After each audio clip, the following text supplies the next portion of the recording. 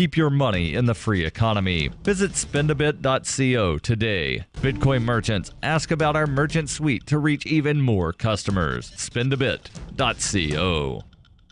UPI reports a federal jury on Friday awarded $10 million to a man who was framed for murder by San Francisco police officers in 2007. The jury found that the two inspectors on the case, Michael Johnson and Maureen D'Amico, fabricated evidence against Jamal Truelove and withheld evidence that may have helped him prove his innocence, according to the San Francisco Gate. Both inspectors are now retired. Truelove was convicted in 2010 but won an acquittal after a 2015 retrial. After his release, he filed a federal civil rights lawsuit against the city and county of San Francisco, which will pay him a $10 million award. For over 40 years, Roberts & Roberts Brokerage has been a trusted source for buying and selling precious metals like gold and silver. And as a Bitcoin-preferred business, Roberts & Roberts Brokerage has removed the minimum purchase amount for all orders paid in the digital currency. Call Roberts & Roberts Brokerage today for knowledgeable advice on buying and selling precious metals and a forward-thinking approach to new technologies. 800-874-9760 or visit online at rrbi.co.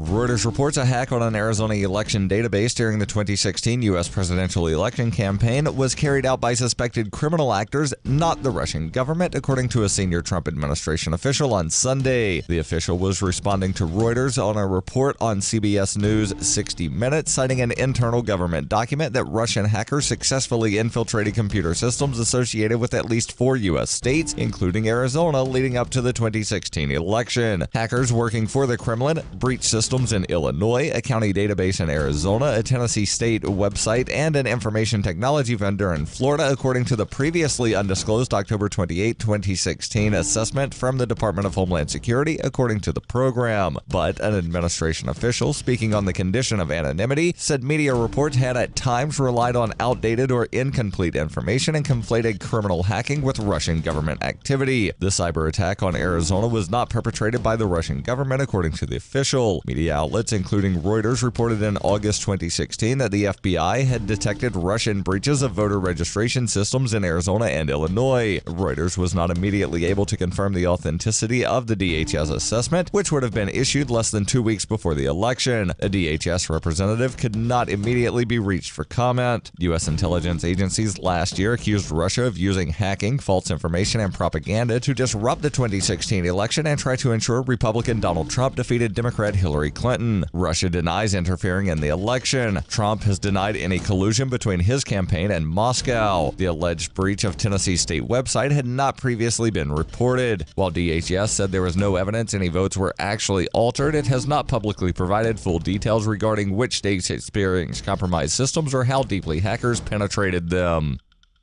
This has been FPP Radio News. Online at fppradio.com. The American robin heralds the beginning of spring in temperate climates across North America. Its red breast makes it easily identifiable as the most disturbingly efficient murderer in the animal kingdom. Here, we see a robin rip a worm out of the ground with no moral hesitation whatsoever. This atrocity is but one in a series of cold-blooded murders this bird will commit in a single day. Although feces-fueled worms are themselves one of the most disgusting of all animals, the robin's cruelty remains indefensible. Some apologists might argue that robins need to eat worms to survive, but worms are capable of regeneration. So robins could satiate themselves on fractions of individual worms and leave the rest. But it does not. Unequivocal evidence of the robin's bloodlust. This is the Onion News Network.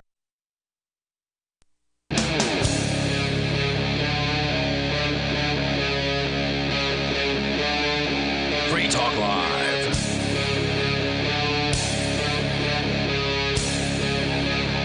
This is Free Talk Live. You can bring up anything that you want.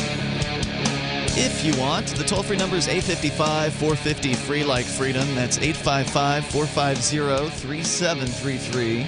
We've got Skype. The Skype username is lrn.fm. And also, we've got Discord, the Discord on-air call-in line room, which you can access through discord.lrn.fm. Just go grab the Discord app and then type in discord.lrn.fm into your web browser. And that'll get you kind of like you need that as your invitation to get into it. And it's a chat where listeners of Free Talk Live are there before, during, and after the show, sometimes all around the clock, but definitely during the program when we're live, which is, of course, 7 to 10 at night Eastern Time, every single night of the weeks, where you can join us. You can join us online in so many different ways, of course, over at freetalklive.com. And joining you in the studio here tonight, you've got Ian. Melanie. And Mark. Boy, do we have some just crazy legal news today. The headline came out, I don't know, a little bit late this afternoon.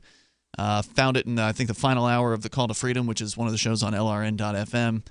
It's huge news, in my opinion. The FBI has actually raided Trump's attorney's office. All right. Now, how many times does it happen that the FBI conducts a raid against a sitting president? I think twice. What's I'm the not other sure, time? Nixon. Nixon would be my guess. Yeah. This is pretty unprecedented. The FBI is a relatively new organization compared to the Office of the President. So, you can narrow it down by that standard. So, yeah. True. Yeah. That's a good point. But nonetheless, just that alone is pretty unprecedented. But even further, Melanie, as you pointed out when we talked about this briefly off the air, there's some sort of thing with attorneys where they're not supposed to get raided. I didn't say that. It is incredible. To me, it's a bigger deal legally that an attorney got raided than it is that it happens to be Trump's attorney. Mm-hmm. There is all they don't usually even want to touch that. There is all kinds of protections there. Like attorney-client privilege is one of the big ones, yeah. Right? Where if you're supposed to be, if you're talking with your attorney, that's supposed to be exclusive for the attorney's ears, that no federal agent or local state cop or anybody else is supposed to be able to know what the communications are between an attorney and their client. Am I right about that? Yeah, that's pretty much only breachable if you're committing conspiracy with your attorney. With the attorney. Right. Like, if hey, he's a part of the Mr. crime. Attorney, would you like to go down to a liquor store and rob it? Yeah. That kind or of... sell some drugs or something. Yeah, you can't. So you don't have a free pass to commit crimes with someone who happens to be an attorney and then claim attorney-client privilege. But that's pretty much it. Yeah. But, I mean, still, you've got... it's a pretty big allegation to be able to go to an attorney, a judge, and say, hey... A failed attorney in a lot of cases. Well, I mean, they're an attorney that was very bad at chasing ambulances. And then ask them if they can, this one sacrosanct thing, can be violated in order to go look in some other attorney's drawers. It's going to be tough to do. Start asking journalists whether or not, if the police had to come to journalists to ask whether or not they had to give up their sources, they'd get a lot fewer opportunities to arrest journalists. So what was this all about? Well, according to thehill.com, the FBI today raided the office of Trump's personal lawyer, Michael Cohen, and seized emails, tax documents, and records related to his payment to adult film star Stormy Daniels. Cohen's lawyer, Stephen Ryans, so the attorney's lawyer, Stephen Ryan, said in a statement that federal prosecutors in Manhattan obtained a search warrant after receiving a referral in part from special counsel Robert Mueller, who's, I guess, the head of the FBI or something like that. Special counsel. Okay. Ryan called the search, quote, completely inappropriate and unnecessary, and the New York Times reported the payment to Daniels is just one of many topics being looked at by the FBI. Other seized documents include business records. What would the thing about Stormy Daniels really matter? This, to me, seems like one of those things where the FBI is going to try to get him on a Martha Stewart plea, right? Where it says, well, you said that you didn't know anything about the Stormy Daniels thing, but it says right here you did know something about the Stormy Daniels thing, so you've lied to an FBI agent. That's a crime in the federal government's crazy world. And that's the thing about this. Look, if Trump has committed crimes, you know what? No matter what, if Trump ends up kicked out of office, you will not hear me here shedding tears. It's just not going to happen. I don't care enough about the guy to shed tears if he gets kicked out of office. However, I'll miss the entertainment a little bit. Okay, fine. You can still follow him on Twitter. I don't need the entertainment that badly. And this, but if he goes down because of the FBI, then I'm going to say, well, once again, the Federal Bureau of Investigation, this is it, the shining Knights Paladin of the United States, the greatest police force the world knows, can't do anything but say, you lied to us. Sorry.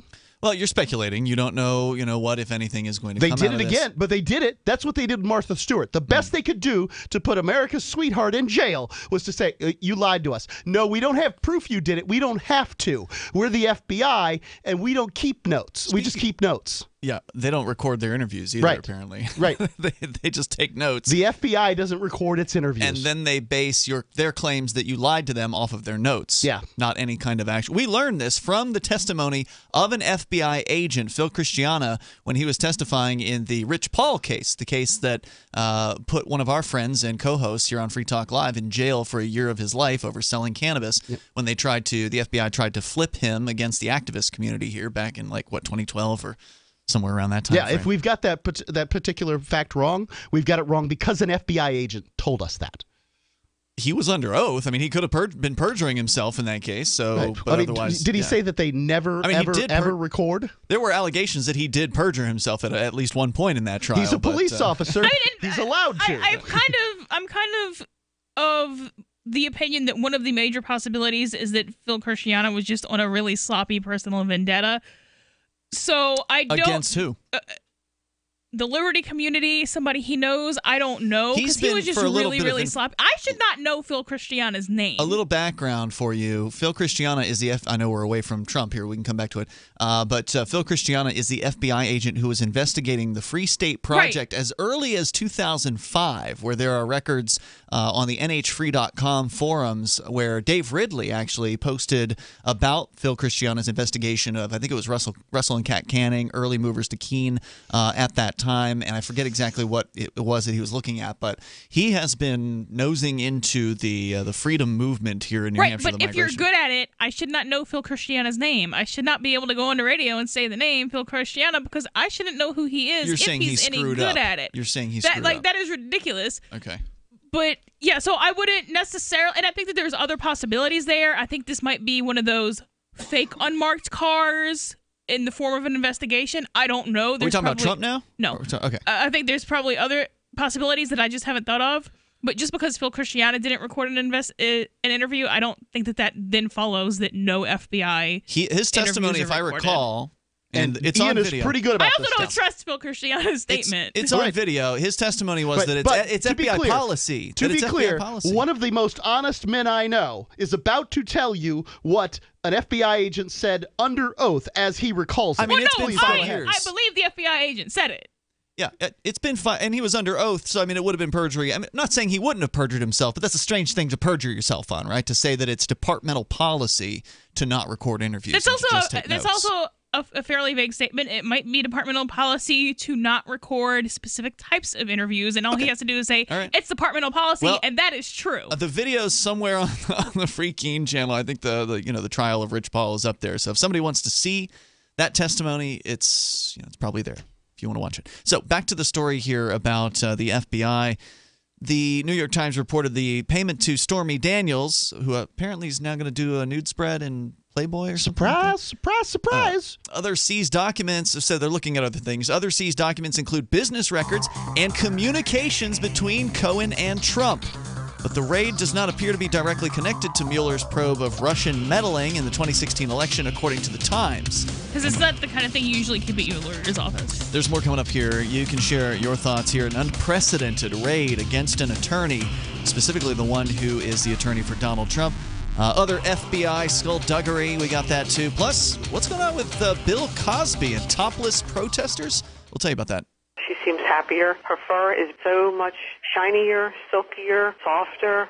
She has really mellowed a lot. Sheba is 105 lean pounds of shiny, smooth, happy dog for life. The shedding has stopped. The itching has stopped. Since 2001, we've helped more than 250,000 dogs get over their nutritional deficiency miseries. And saved our customers bazillions in vet bills. Everything we tried failed except the Dynovite. Come to Dynovite for help. DINOVITE.com. if you want the dog to be healthy, you got to feed it something healthy. The omega-3 fatty acids, flaxseed, zinc, alfalfa, the digestive enzymes that are cooked out of regular dog food. Dynavite is nutrition. Dynavite for life. Don't let your dog itch, scratch, stink, or shed like crazy. Come to Dynavite for help. 859-428-1000. 859-428-1000. DINOVITE.com.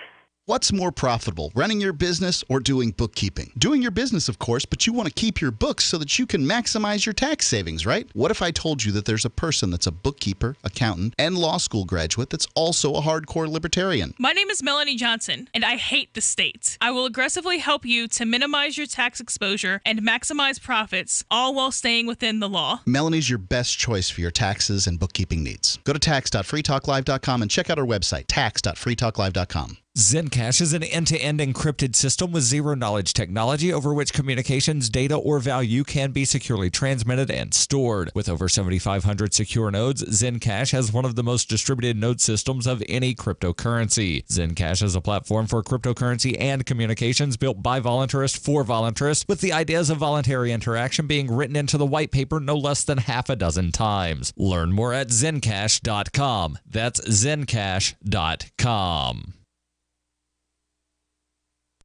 Is spreading the message of liberty, cryptocurrency, and peace around the globe worth $2 per month to you?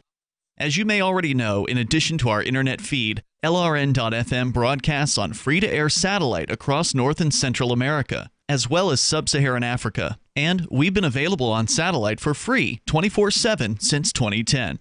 The LRN.FM free-to-air satellite signal is reaching some of the most oppressive regimes in the world, and there's no doubt our ideas are making an impact. You can learn more about the channel's impact by watching the 3-minute video at fund.lrn.fm.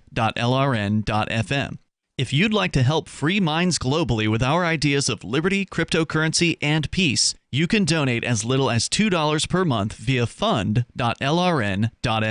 You can help us continue and expand our satellite broadcast to multiple continents. Visit fund.lrn.fm today, and thank you for your help. Don't forget to share the link on social media. That's fund.lrn.fm. Here's a chance to do a little activism while you're cruising Facebook, Twitter, or Google+.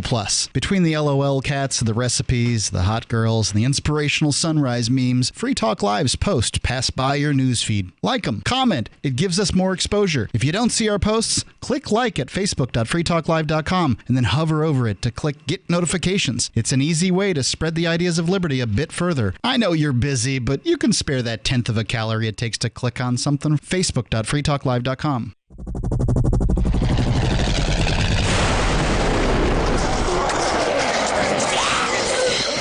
In Survivor Max 2, School Bites, Max must scavenge through a wasteland swarming with the undead. Desperate to find the medicine he needs, he discovers a community of survivors at his former school. Has he finally found the safe haven he's been looking for, or will he discover that school bites? Look for Survivor Max on Facebook, read reviews on Amazon, and read Chapter 1 at survivormax.com. You can sign up to receive the latest about the Liberty Radio Network via our email updates at updates.lrn.fm. That's updates.lrn.fm.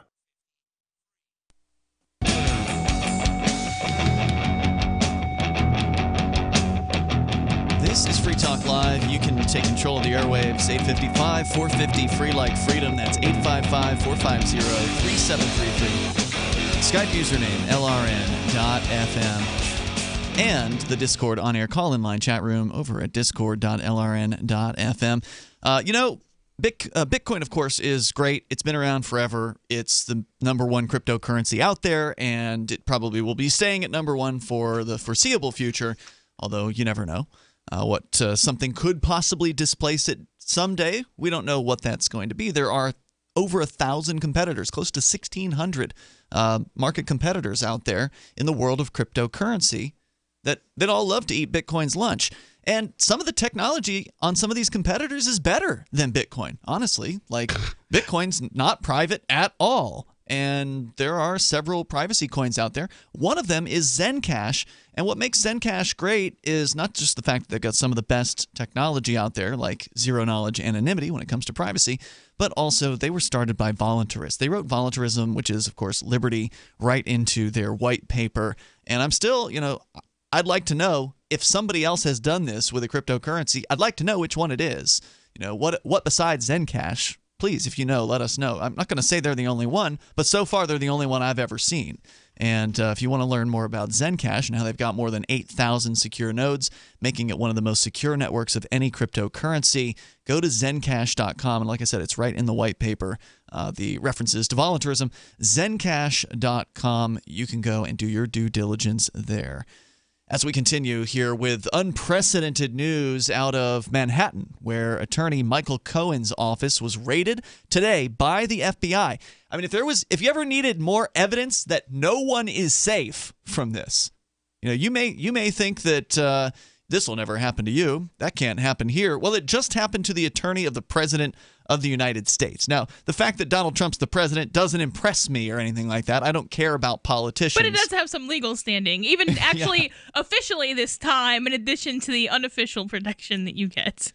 Right. So there's the attorney-client privilege, which obviously now they're going to be going through documents of communications between Trump and Cohen. And was this just a cover story, them going after Stormy Daniels' information, some sort of records they're looking for regarding a payment to... Well, yeah, I also don't ever believe, and neither should you, that they're investigating what they say they're investigating. Right.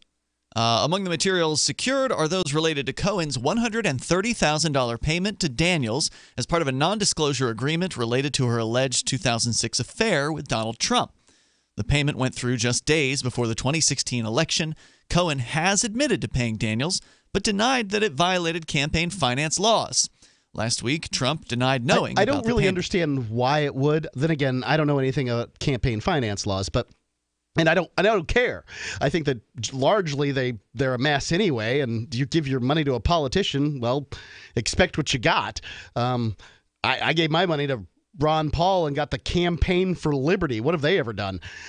They've raised money. Lots for of raising money. Yes, raising money to raise money. To raise money. Pretty much what most of those things do. And then they'll send out something do. About ending the Fed and then raise some money. Yeah, because that's going to happen.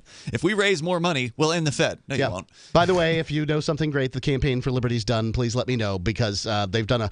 Didn't they throw a convention or something like that? I don't know. Best I can tell, they've done a lot less for a lot more than Free Talk Live has ever come close. Isn't Students for Liberty part of Campaign for Liberty? I don't think so, no. No? I don't know. All of those D.C. think tank organizations are all the same. They just keep raising money to fight the next thing that's going on in D.C. as though government's getting smaller because of their efforts, which of course it's not.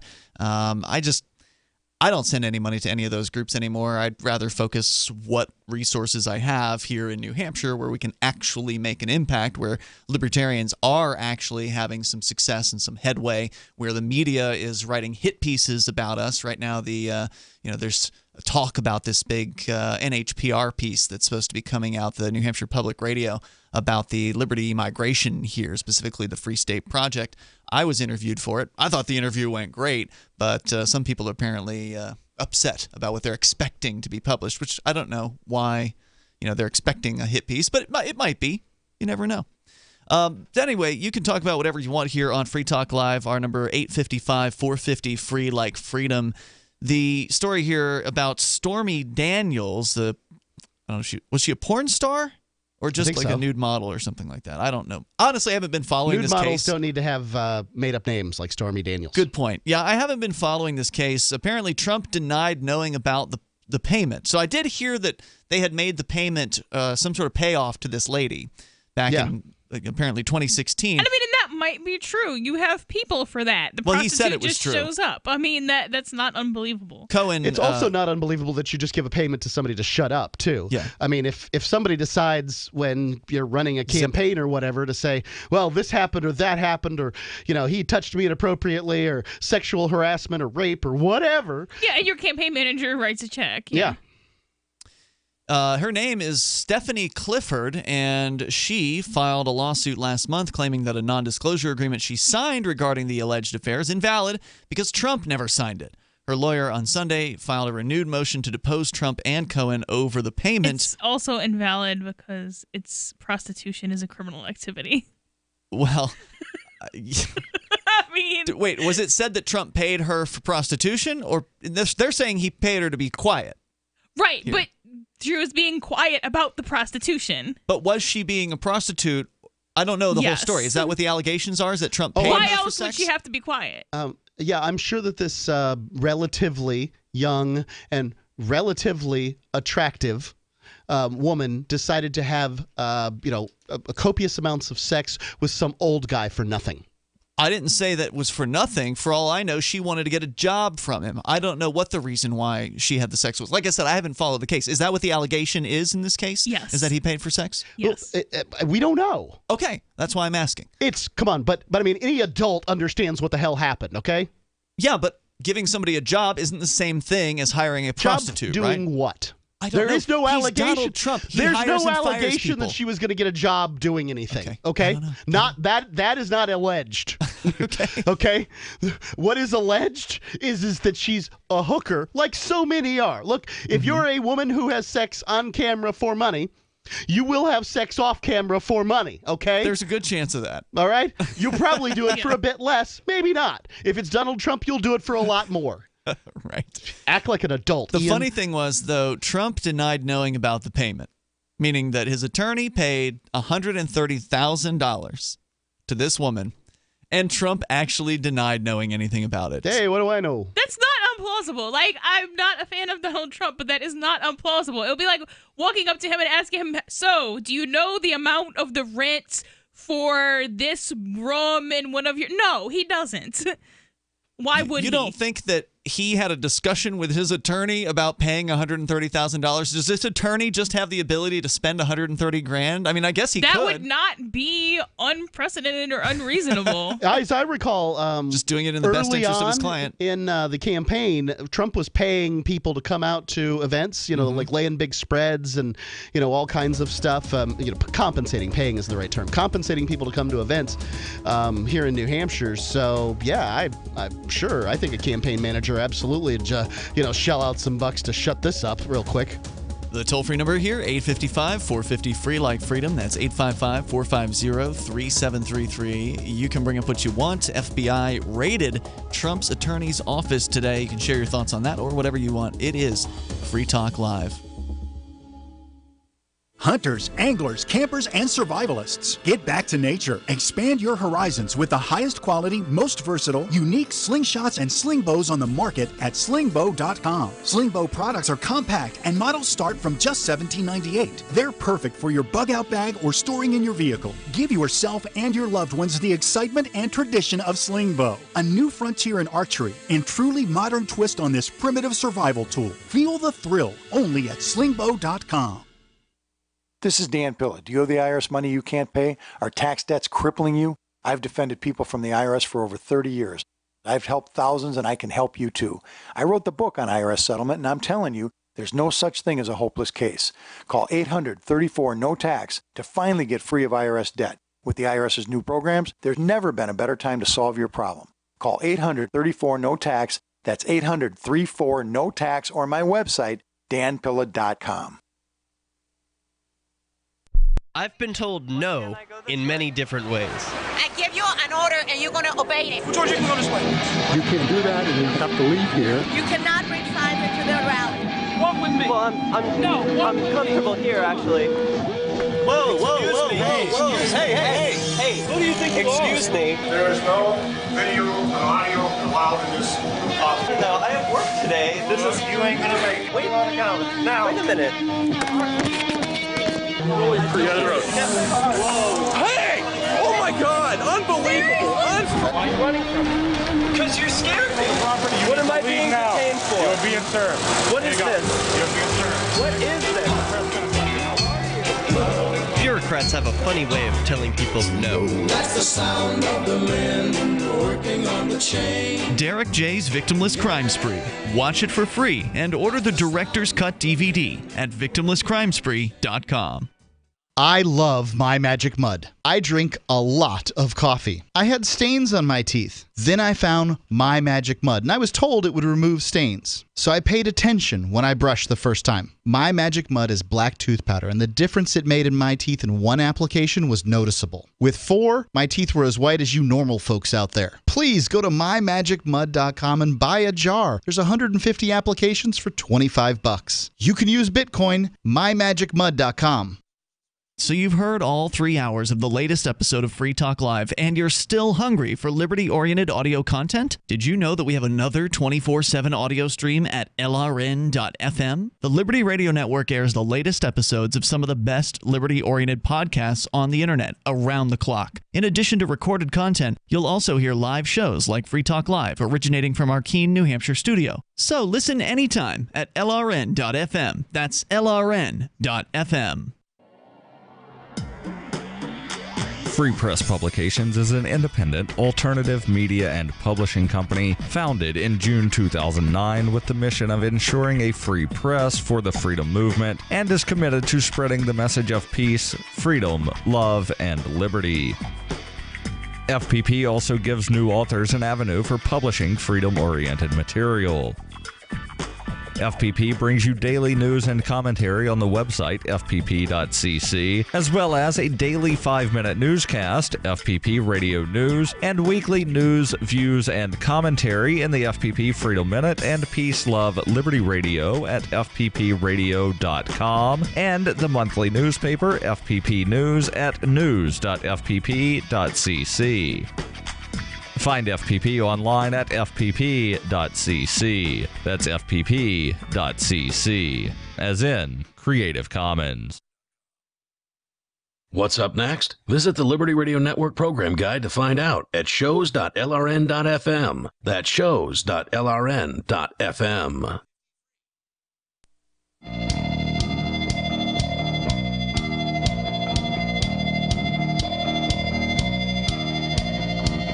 Free Talk Live, dial toll-free here and bring up whatever you want to discuss. Our number is 855-450-FREE like freedom. That's 855-450-3733. Our Skype username is lrn.fm.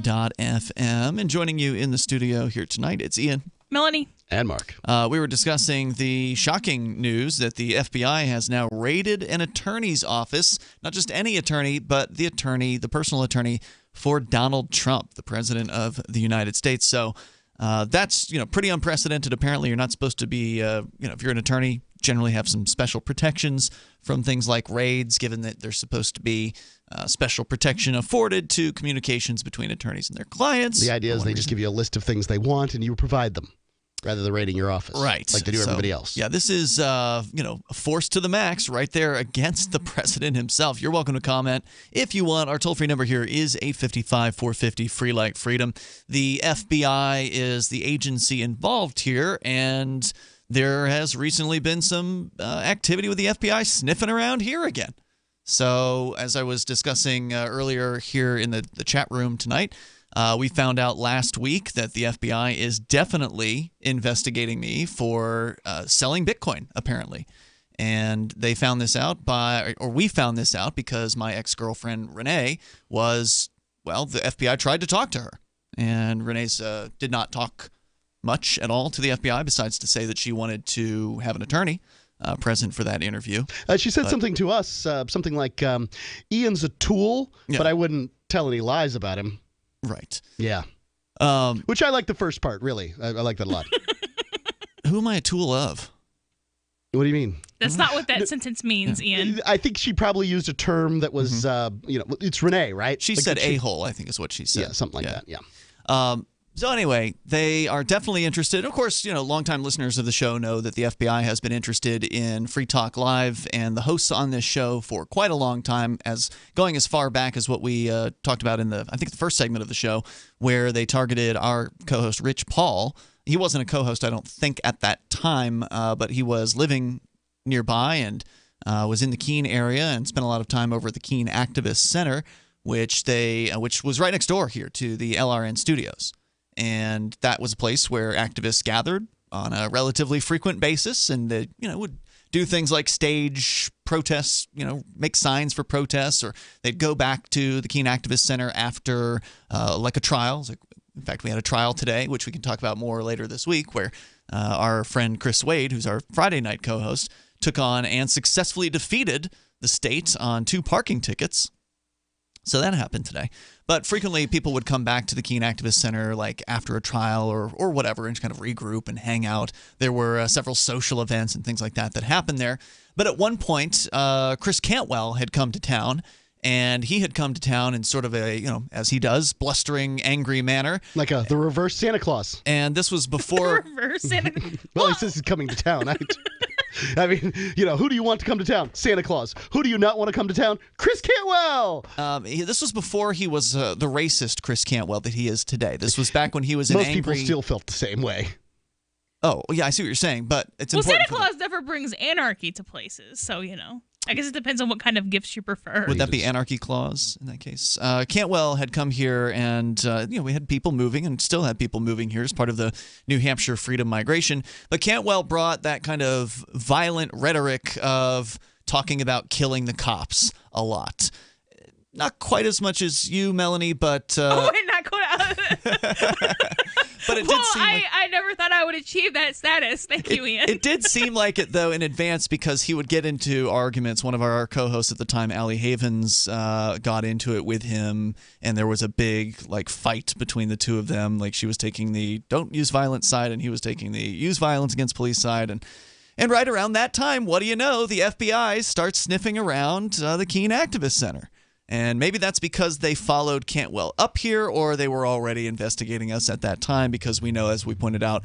Well, if they were here in 2005, then they were already here. Knew. Yeah. FBI agent Phil Cristiano was investigating the Free State Project as early as 2005 that we're aware of. So we know there's been a long history of this.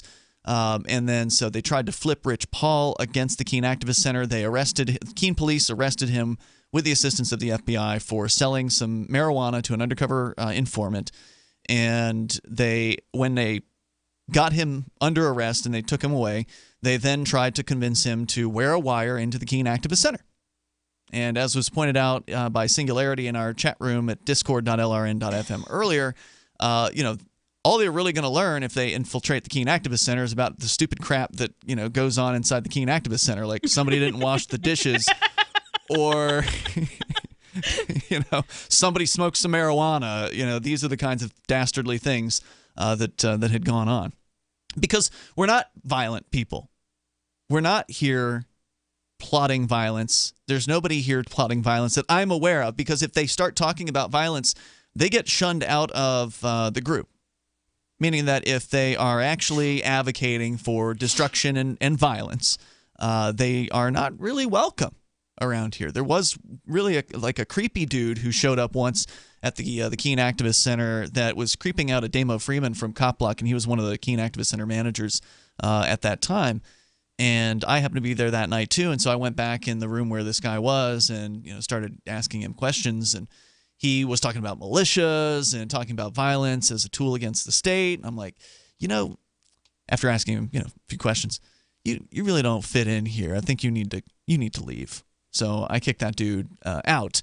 So yeah, violence agitators, people suggesting violence, they generally don't get very far here, and so there really wouldn't be much for the FBI to uncover, even if they did successfully infiltrate the group. And I suspect they have. I suspect there have been infiltrators within... Yeah, I think probably almost, if not all of the people who actually advocate violence have been FBI agents. Yeah, well, there's a good chance. I mean, there's also the chance that they are just an angry libertarian. I mean, was Chris Cantwell a FBI agent when he moved here? Chris never advocated violence. Well, he didn't come right out. Advocated is a different word than I'm not saying... had a philosophical discussion about. Yeah, well, I mean, a lot of times the people will couch it in philosophical discussion terms, but there's a certain type of feeling that you can get from somebody who's suggesting violence, maybe beating around the bush about it.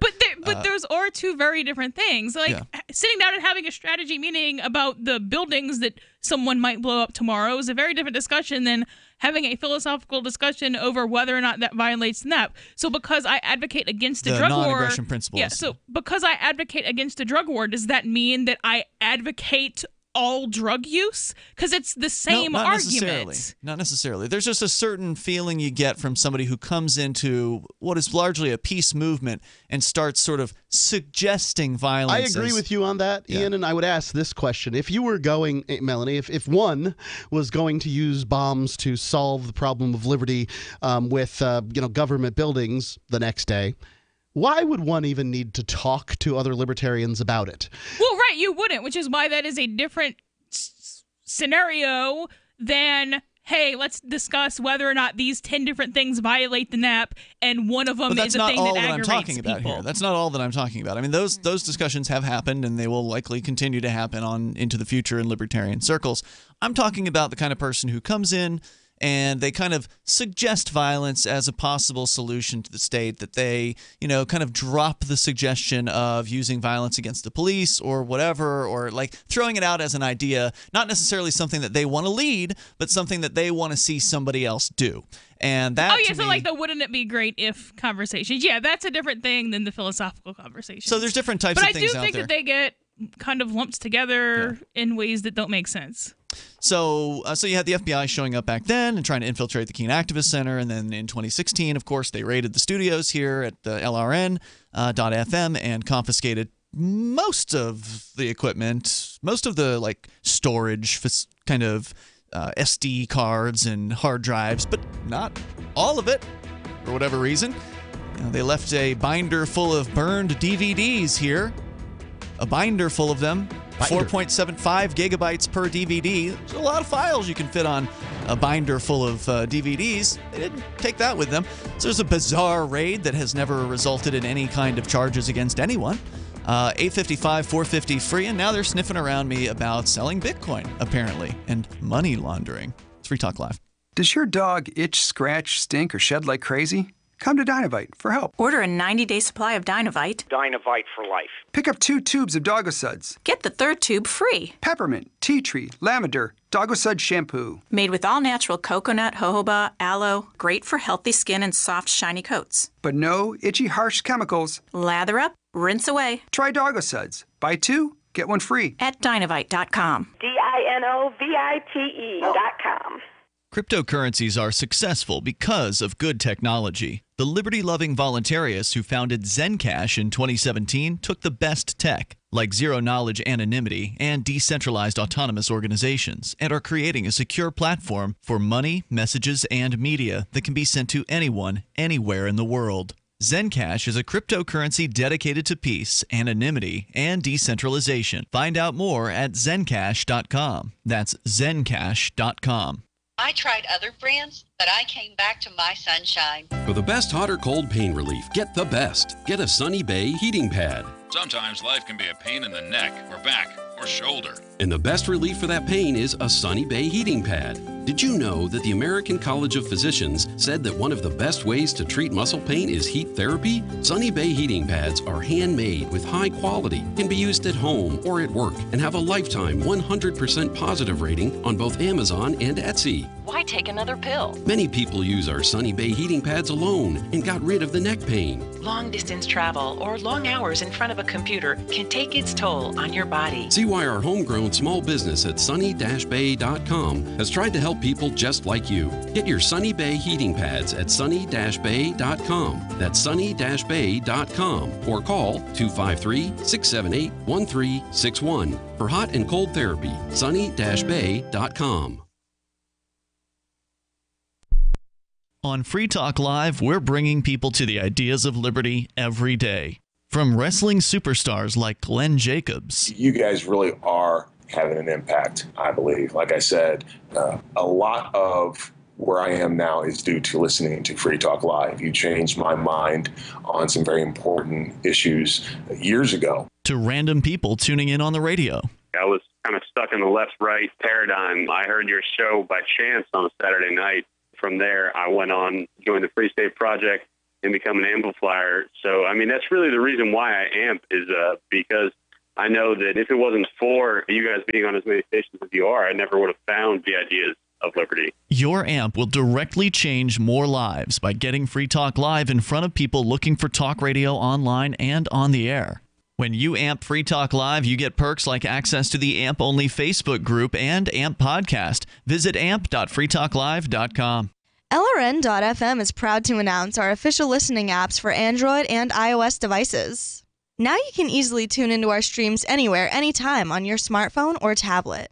Just visit apps.lrn.fm or search for LRN.FM in the Android or Apple app stores. Please download, rate us 5 stars, then share the link on your social media and let your friends and family know how you're listening to LRN.FM. Download it now, free at apps.lrn.fm. Ross Ulbricht was convicted in early 2015 of running the infamous Silk Road Underground Market. The Silk Road was a gift to humanity and helped reduce the harms brought on by drug prohibition. For this good deed, Ross has been sentenced to life in prison with no possibility of parole. Now, an appeal is Ross's only chance, and he needs your support. Please visit freeross.org, where you can contribute via various methods, including Bitcoin. Visit freeross.org. That's freeross.org. If you enjoy LRN.FM, please contribute to your favorite shows via their websites and become an amplifier at amp.lrn.fm. That's amp.lrn.fm.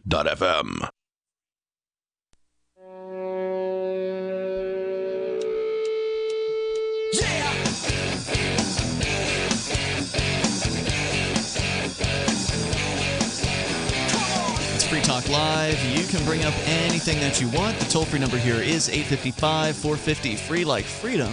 It's 855-450-3733. Our Skype username is LRN.FM. We've got the Discord on-air call-in line room as well over at discord.lrn.fm. And with you in the studio here tonight, you've got Ian. Melanie. And Mark. Don't forget to check out Bitcoin.com to get the basics about cryptocurrency, specifically Bitcoin, the original, the one that started everything. You can go to Bitcoin.com to do that. But there's more than just the introduction. There's also the news site with the latest headlines from around the world about Bitcoin and cryptocurrency. Go to Bitcoin.com for the main page, but also go to news.bitcoin.com for the latest news. That's once again news.bitcoin.com. As we go to your calls and thoughts, we can talk more about the FBI. They've raided Donald Trump. They've raided the LRN studio. They could raid you next. You don't think it can happen? They just get bored and raid people. You don't think it can happen to you? Give them time. Let's talk to Dave. David is in Keene, New Hampshire. You're on Free Talk Live. Hello, David. David in Keene. Going once. Do we have David in Keene? David in Keene going twice. I don't know if maybe we got a bad connection with the network. I don't know. I'm going to put him on hold. We'll see if we can get David back here in a moment. Maybe he's got a bad cell. Toll-free number here, 855-450-FREE. So we're kind of going through a little history, a brief history of the known interactions with the FBI, right? Because we don't know. This is our file on the FBI. Right. We can have one too. It's our on-air file that we're creating right now on the FBI. Well, that's one thing that didn't get mentioned in the last segment when you were talking about Free Talk. FTL's adventures with the FBI, right? Was that Mark seems to have this penchant for calling the FBI unprofessional. I really did believe at one point that this was the greatest police agency in the world. And really? Were you a small child at that point? I wasn't a small child. I was a patriotic American. Okay. Right? Here you go. This is the agency that every other police officer wants to be a part of, the agency that laughs at the federal marshals. So, they must be the greatest policing agency the world knows. Surely they're not as bad as those effete European Interpol agents, right? So they must be. They're left being the greatest. Then I see them do things like what happened at the Malheur, reservation. Malheur Wildlife Reservation. Yeah. And trying to goad those people into walking out into a hail of fire. Don't forget Ruby Ridge. I'm not sure what their involvement would have been in Waco necessarily. But, I see... Then they become the world's largest distributor of child pornography in the Playpen investigation when they run the world's largest website for child porn. Underground Tor website. And for distribute. 2 weeks. Ladies and gentlemen, the Federal Bureau of Investigations distributed child pornography by the hundreds of thousands of images daily to perverts around the world trying to catch them. That's not how you do a sting. You say you want to buy a crack rock? Yeah, I want to buy a crack. Well, show me your money. Here's the money. Click, you throw cuffs on them. You don't actually give them a bunch of crack. You don't give them crack, okay? A bunch of times for 2 weeks straight, and then and then complain why your neighborhood's on fire and crackheads are running everywhere. If distributing child pornography is a terrible thing to do, the most professional police agency in the world prove that they are not by distributing it. That's all I could come up with. I'm just your normal, average, everyday American who has to pay their taxes, watches the TV, tries to understand this stuff, and best I can tell is, what do you got? You got child porn distributors. I mean, a whole agency of them. If they didn't do it, they'd apologize, and by apology, I mean make excuses for the ones that did it. And that's that the was kind of enough thing for you would me. want to deny. Like, oh yeah, people keep saying that this is our child porn site. It's actually not, but it is, and they've copped to it. So they're. I mean, really, that's all you need to know about anyone. Yeah. Yeah, and that is a very interesting case as well. When you actually start to, because after that happened, I started to search for the updates on that story and was watching as people were going down for this. But there are some people who challenged it in court, and one of them. And I believe they actually found, allegedly, child pornography on this person's computer, but they challenged the FBI's case, said not guilty, and went to trial and said, all right, well, part of our discovery, we would like to see this bug or this whatever malware it is that they used to reveal the people's IP addresses and such in this investigation that you're talking about, Mark, of this underground darknet site. And the FBI was like, we're not showing you nothing. And so there was a special conference with the judge where the FBI trotted out their reasons to explain to the judge, well, this is why we think it's so important that we keep this information secret. Ostensibly, they want to keep using the technology into the future. Sure. And use it it's for more better arrests. for them, from a strategic standpoint, to let a guilty one go and not reveal their technology and just expect the rest that come along to take pleas. Yeah. Well, I mean, and not a surprise. They're not going to read the news necessarily. Their lawyer may not read the news. They may not get a lawyer. It's just better. They'll just catch more fish in the net by not telling people what the bait is. Right. So in that case, that's exactly what happened. They presented to the judge their reasons for not wanting to release it. And the judge was like, well, it's called discovery. You've got to release this. If you want to have the chain of custody or the chain of evidence to be auditable, we need to be able to look at this code. What was it that was used? And so the FBI said, we'll just drop the case. And that was the end of that. So that person got to walk in that case. Fascinating situation. Yep. And maybe this particular technology could actually be used to get real bad guys, like the people that create child pornography. But of course, the supermajority of the people in this particular roundup were likely just the average consumer of it. Right. That's the thing that you'd really like to get, and you'd like them to really figure out. But I would presume with the internet that the average consumer of child pornography is not in any way, shape, or form involved or even knows who is involved in the production of it. Yeah, like the same we've been talking about recently with the government possibly going to pass a very disturbing free speech ban on the internet, where we see the company Craigslist now taking down its personal section.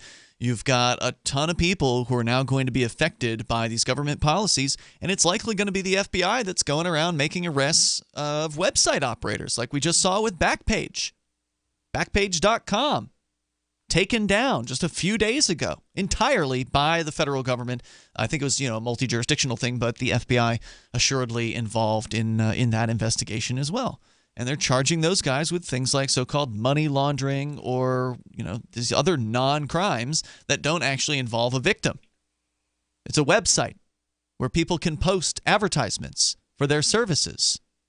And that's basically going to be a crime to run a site where people can, if this thing passes, and I haven't heard any updates on that case either. So, I mean, we're in a very, very, very scary times here. One of the questions that was asked about the raid that happened here. I don't think most people are scared, though. You don't have to, they think to themselves, you don't have to be scared if such and such. Well, that's kind of what I thought, too. Mm-hmm. You got to remember, I'm going to church on Sunday morning, and I get a call that my business is being raided. Yeah. Now, what for? I show up, somebody says that I'm not, some unidentified jackhole says I'm not going in my place of business. Mm-hmm. I re-educate him on his opinion, and he is back in 30 seconds, and I'm coming in and trying to figure out what's going on. And they're showing me pieces of paper saying things to the effect of, there's child pornography on these computers. I'm like, not to the best of my knowledge, there's not. And start, doing my own little investigation. Best we could tell, no child pornography on these computers. So, ladies and gentlemen, if you don't think this could happen to you, I didn't either. You know what? If you don't think it could happen to you, well, imagine how I feel about your stinking opinion. Because it happened to me, and I didn't think, why in the world would the FBI come here? At least in America, the one freedom that we have is the freedom to complain. Don't we have that? Unlike the rest of the world, they can't complain like we can complain. We can really here we are bitch up a storm about the government. Well, who knows? Look, good luck getting your computers back. The last time I really bitched up a storm about the FBI, we got raided within the next month. Yeah. So don't be so sure. I'm not sure about anything. I mean, like you said, they can come in here and take whatever they want, and if by the way, our listeners just raised the funds and made it happen. Thanks, Virgil. They got our computers. We got new computers thanks to Virgil and the wonderful people who donated to his fundraiser GoFundMe that he put together for us right afterwards. So there was a lot of support that came out, and we definitely appreciate that. The toll-free number here is 855-450 free like freedom. That's 855-450-3733. One question was, when you get your computers back? That's they won't be worth anything. The chat room asked. It's been 2 years. Do you guys want to buy? You want to buy them? You want to buy federal bugged computers? 855-450 free like freedom. You can join us on the radio. This is Free Talk Live. Hour 2 is next. It's about time something new came along for better selling and buying online. And I found it. What now, Marge? It's buysellmakeoffer.com. Never heard of it. It's a brand new company. That's why you've never heard of it. It's the newest and best way to sell any products online. I did all the research. Sell my car? Yes. Our home? Yep. My golf bag? Your golf clubs. All of them. How about your purse collection hoard? Hey, now. You said any product. Right. I did. We get 30 days free. Really? Packages starting from only $9.95. And buysellmakeoffer.com will never charge item fees, ever. Never. And this is cool. Listen to this. You can even use Skype or video to show your items. That's cool. Yes. All we have to do is go to the website, sign up, and then load our stuff to sell. I love this site. Buysellmakeoffer.com. Buysellmakeoffer.com. You got it? Buysellmakeoffer.com. Buysellmakeoffer.com. Better selling, better buying. So you've signed the Shire Society Declaration and are planning your move to New Hampshire to be around more liberty-oriented people. Next, sign up for the Shire Society Forum at forum.shiresociety.com. There are a bunch of people there who are already in the Shire, and they want to meet you. If you're already in the Shire physically, you should also come by the forums. Remember, not everyone uses Facebook. New people are signing up for the Shire Society Forum every month, so drop in and say hello at forum.shiresociety.com. There are lots of ways to listen to Free Talk Live. Our podcast has been around since podcasts began, and now the FTL feed is loaded with content besides our full show archives. Did you know that we make it easy for you to customize your podcast subscriptions? We have different feeds, one that includes only our full shows, one with just the Daily Digest, and one with just the Edgington Post. You decide what you listen to. It's quick and easy to customize your feeds at feeds.freetalklive.com. That's feeds.freetalklive.com. You're listening to the live edition of Free Talk Live. Hour number 2 is next, after the news, here on the Liberty Radio Network at LRN.FM. From Keene in the Shire, the Liberty Media capital of the world, this is Daryl W. Perry, host of FPP Radio News for Monday, April 9th, 2018. Silver is trading at $16.40 per ounce. Gold is valued at $1,333 per ounce. Zencash is trading at $25, and the average price of Bitcoin is $6,755.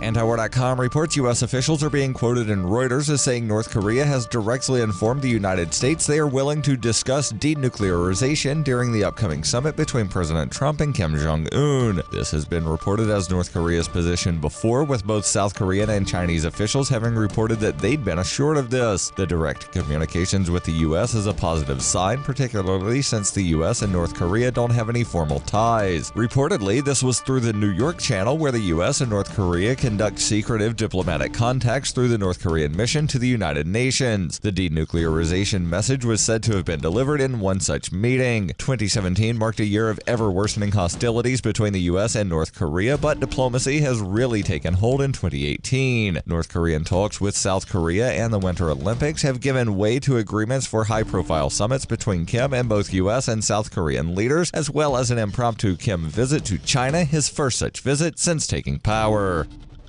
Are you an advocate for free market money? Do you promote Bitcoin as an alternative in a fiat-centric world? Then you need Spend-A-Bit in your arsenal, the search engine for things you can buy with Bitcoin. Spend-A-Bit aggregates millions of products from thousands of Bitcoin-enabled merchants. Keep your money in the free economy. Visit spendabit.co today. Bitcoin merchants, ask about our merchant suite to reach even more customers. Spendabit.co.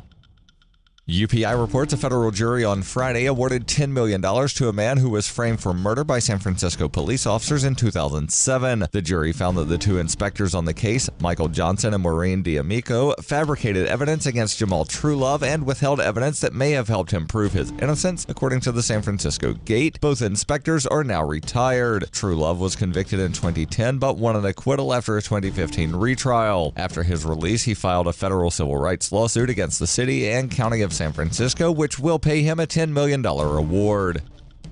For over 40 years, Roberts & Roberts Brokerage has been a trusted source for buying and selling precious metals like gold and silver. And as a Bitcoin-preferred business, Roberts & Roberts Brokerage has removed the minimum purchase amount for all orders paid in the digital currency. Call Roberts & Roberts Brokerage today for knowledgeable advice on buying and selling precious metals and a forward-thinking approach to new technologies. 800-874-9760 or visit online at rrbi.co.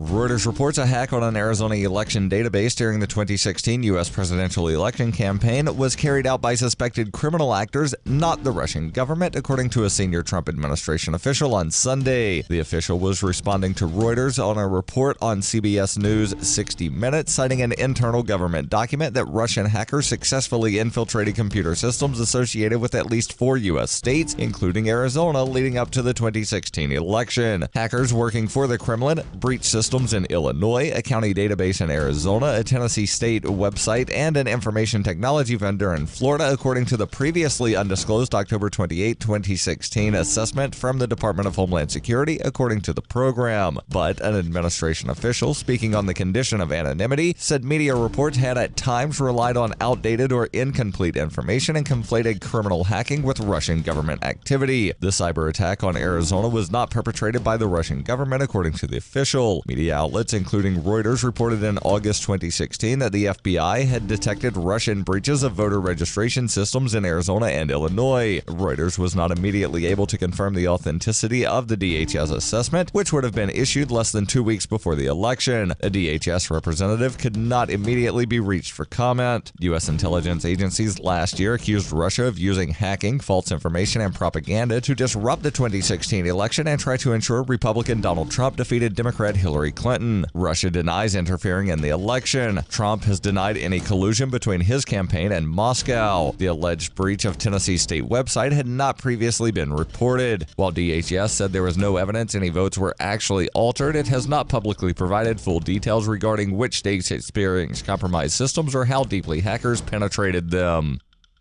This has been FPP Radio News. Online at fppradio.com.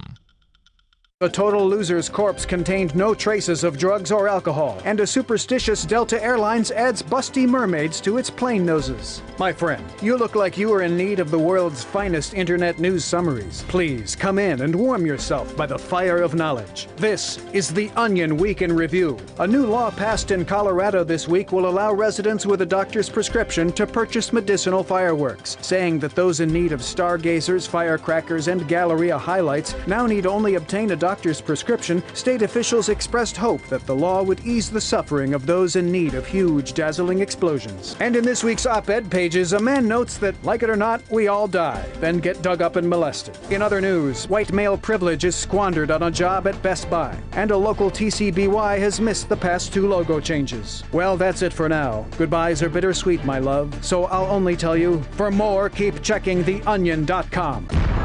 This is the Onion News Network.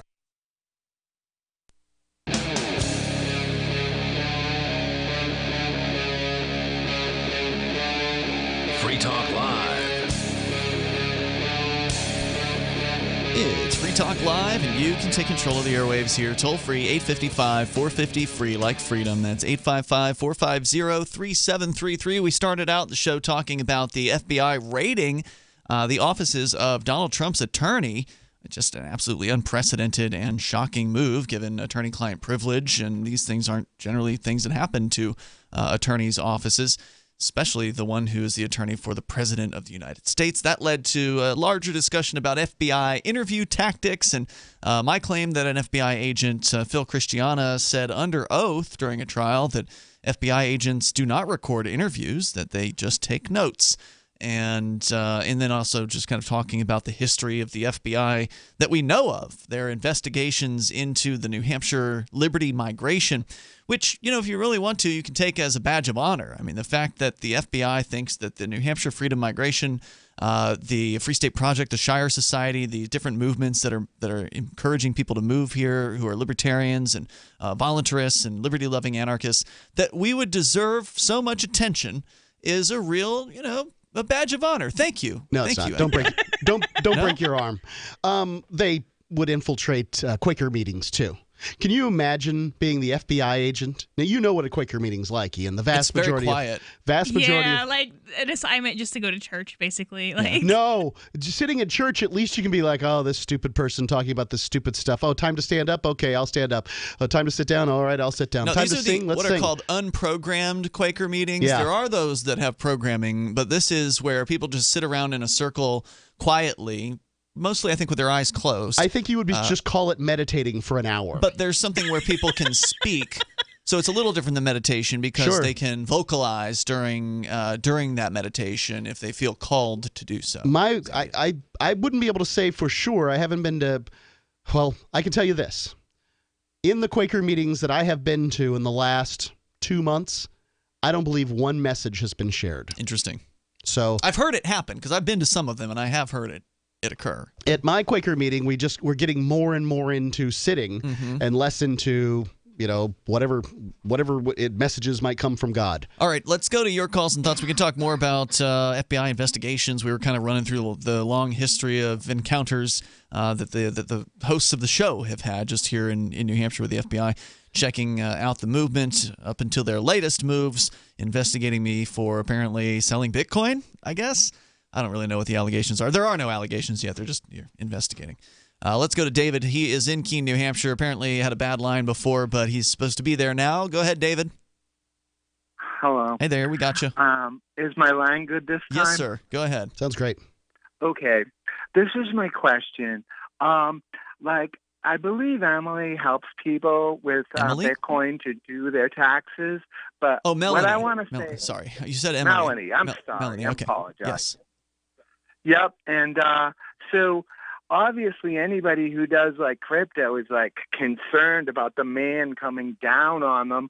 So I heard that, but because I thought that was the whole point of crypto was to like not. And then I look online and I hear these people saying, oh, I'm going to dutifully pay my taxes on my Bitcoin, and you know, waving a moral finger at me because maybe I'm not.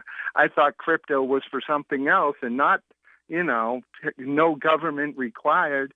But I'm just curious, what is the way to like avoid it? I mean, I don't know if Melanie can. Can you answer a question like that? I'm not a cryptologist, and that would be the proper person to ask that question. I can take a crack at it, but I mean, just as a tax professional, are you allowed to answer that question on the radio? Well, so you're never allowed, no matter who you are, to conspiracy to tax evasion. The federal government does not allow you to talk about keeping your money if they say it's not yours, okay?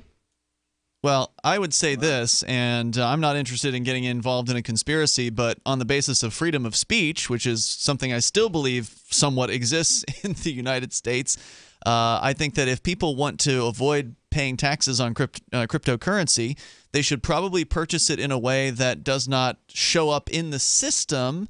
So if you go to Coinbase and give them your social security number and your real address, they'll be happy to provide you with... and you sell, $500,000 in crypto, and they send you a 1099 for $500,000, or maybe more than that because of the way they've been doing the calculations. Okay, well, if you can hide that, then you wouldn't be talking to me, is the thing. Right. So, and you're talking about the selling of it.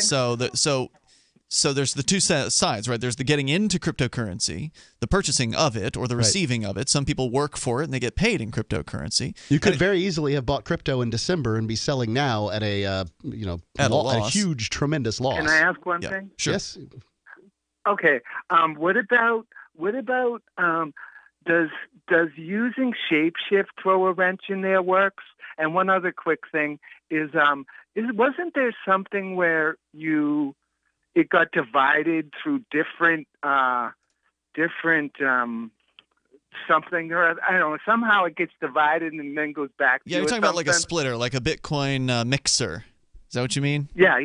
Yeah, so that's kind of an older... Yeah, thank you for the call, David. That's the Bitcoin mixers are kind of an old technology.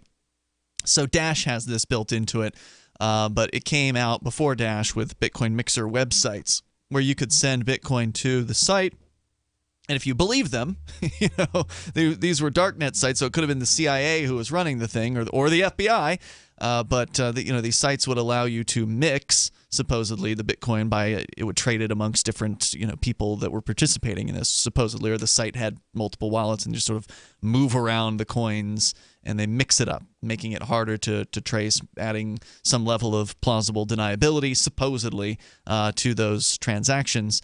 And so that was sort of one of the original technologies for trying to add a layer of privacy to what is inherently a not-so-private system, which is the Bitcoin blockchain, which is a public ledger. And that's what it is.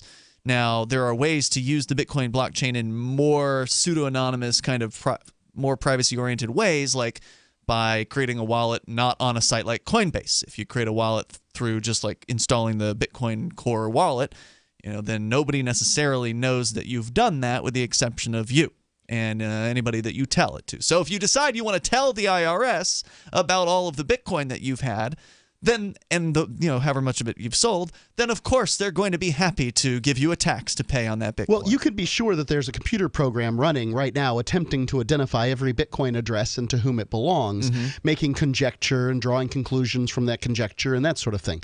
I mean, we know for a fact there's a Bitcoin address at bitcoin.freetalklive.com where you can go and tip Bitcoin right now, and that address has had a great deal of tips go through it. It's a different address now, but for a long time it was the same address that you're referring to. That old address, if for whatever reason, I guess you could go to archive.org and find it and then run that address through and find out how much has been on that address and be like, wow, that's a lot of money. Well, what you have to consider is that address at the time that it was put up in 2011. Yeah, something like that. So if somebody wanted to send $100 to Free Talk Live, they were sending 100 Bitcoins. Right. Okay. Which now is like $1 million, bucks or something. Right, $1 million bucks or something to that effect. So, yeah, I mean, things have changed throughout time. I've got an address that's very similar that I've put out there, and I put it out there a lot of times for donations. I don't do it much anymore, but it's out there. It's on the interwebs. You can find it. And it's had a lot of stuff go through it. I've done escrows for people. I've taken, donations way in the past, and I built an orphanage through that address, and all kinds of things that we've done with our the money, and they can find they've got some starting places, and then they're going to begin to extrapolate out of this blockchain what's going on. And quantum computing is only going to make it easier. Yeah. So, that's where the newer privacy technologies like Monero or the zero-knowledge proofs like Zencash has. These are options. Monero, of course, was completely created from scratch. It wasn't based on the Bitcoin protocol, the Bitcoin system at all. It's something completely different called CryptoNote, as I understand it. So you've got different privacy-protecting technologies out there.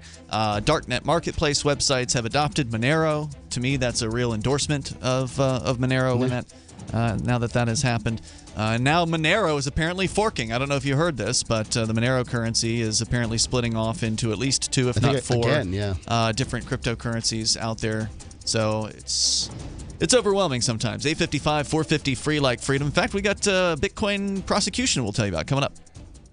What's more profitable, running your business or doing bookkeeping? Doing your business, of course, but you want to keep your books so that you can maximize your tax savings, right? What if I told you that there's a person that's a bookkeeper, accountant, and law school graduate that's also a hardcore libertarian? My name is Melanie Johnson, and I hate the state. I will aggressively help you to minimize your tax exposure and maximize profits, all while staying within the law. Melanie's your best choice for your taxes and bookkeeping needs. Go to tax.freetalklive.com and check out our website, tax.freetalklive.com. I've said it many times on air, and I'll say it here. The New Hampshire Liberty Alliance is one of the most important organizations for freedom in the world. New Hampshire is ground zero for freedom, and the NHLA is the best organization at promoting effective liberty activism. This ad is sponsored by Free Talk Live, and I, Mark Edge, am a lifetime member because I believe in the NHLA. Please check them out at nhliberty.org. Not everyone can move right now, but you can support the cause. Donate top cryptocurrencies or old-fashioned U.S. dollars, nhliberty.org. Visit their website and see what they're all about, nhliberty.org.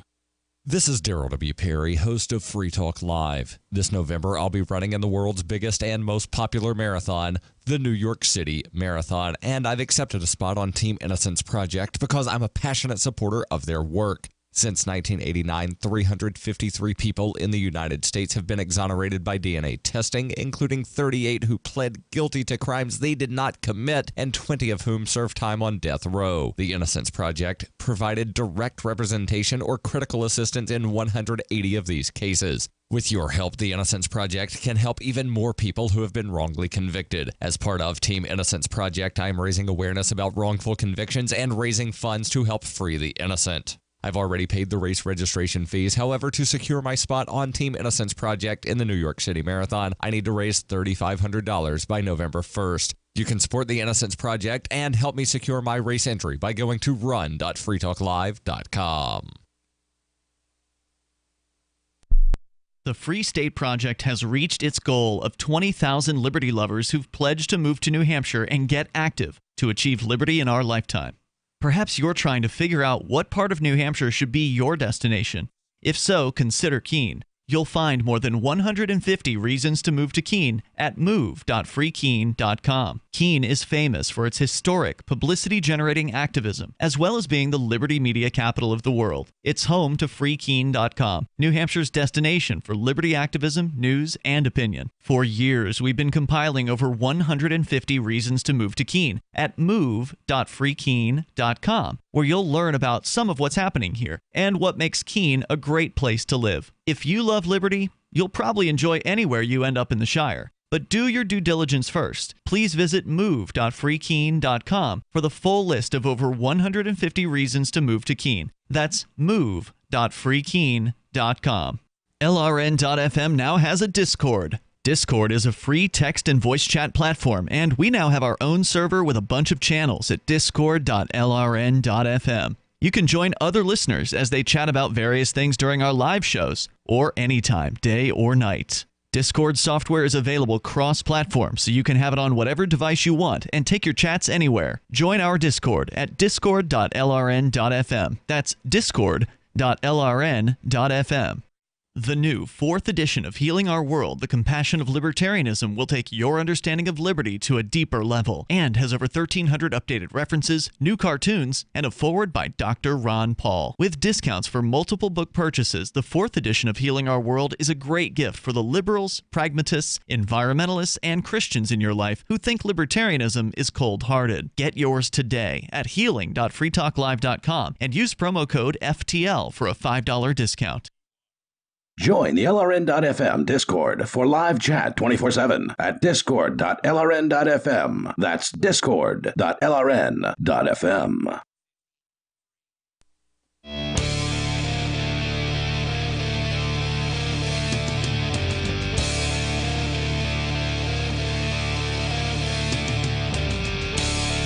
This is Free Talk Live, and you are invited to take control of the airwaves here. Our number 855-450-FREE like freedom. That's 855-450-3733. Our Skype username is LRN.FM, and we've got Discord, the Discord on-air call-in line room. You can jump in there over at discord.lrn.fm. Joining you here tonight, it's Ian. Melanie. And Mark. And also want to make sure that you know about ForkFest. It's coming up in June 14th through the 18th. It's at the Rogers Campground, beautiful White Mountains of New Hampshire.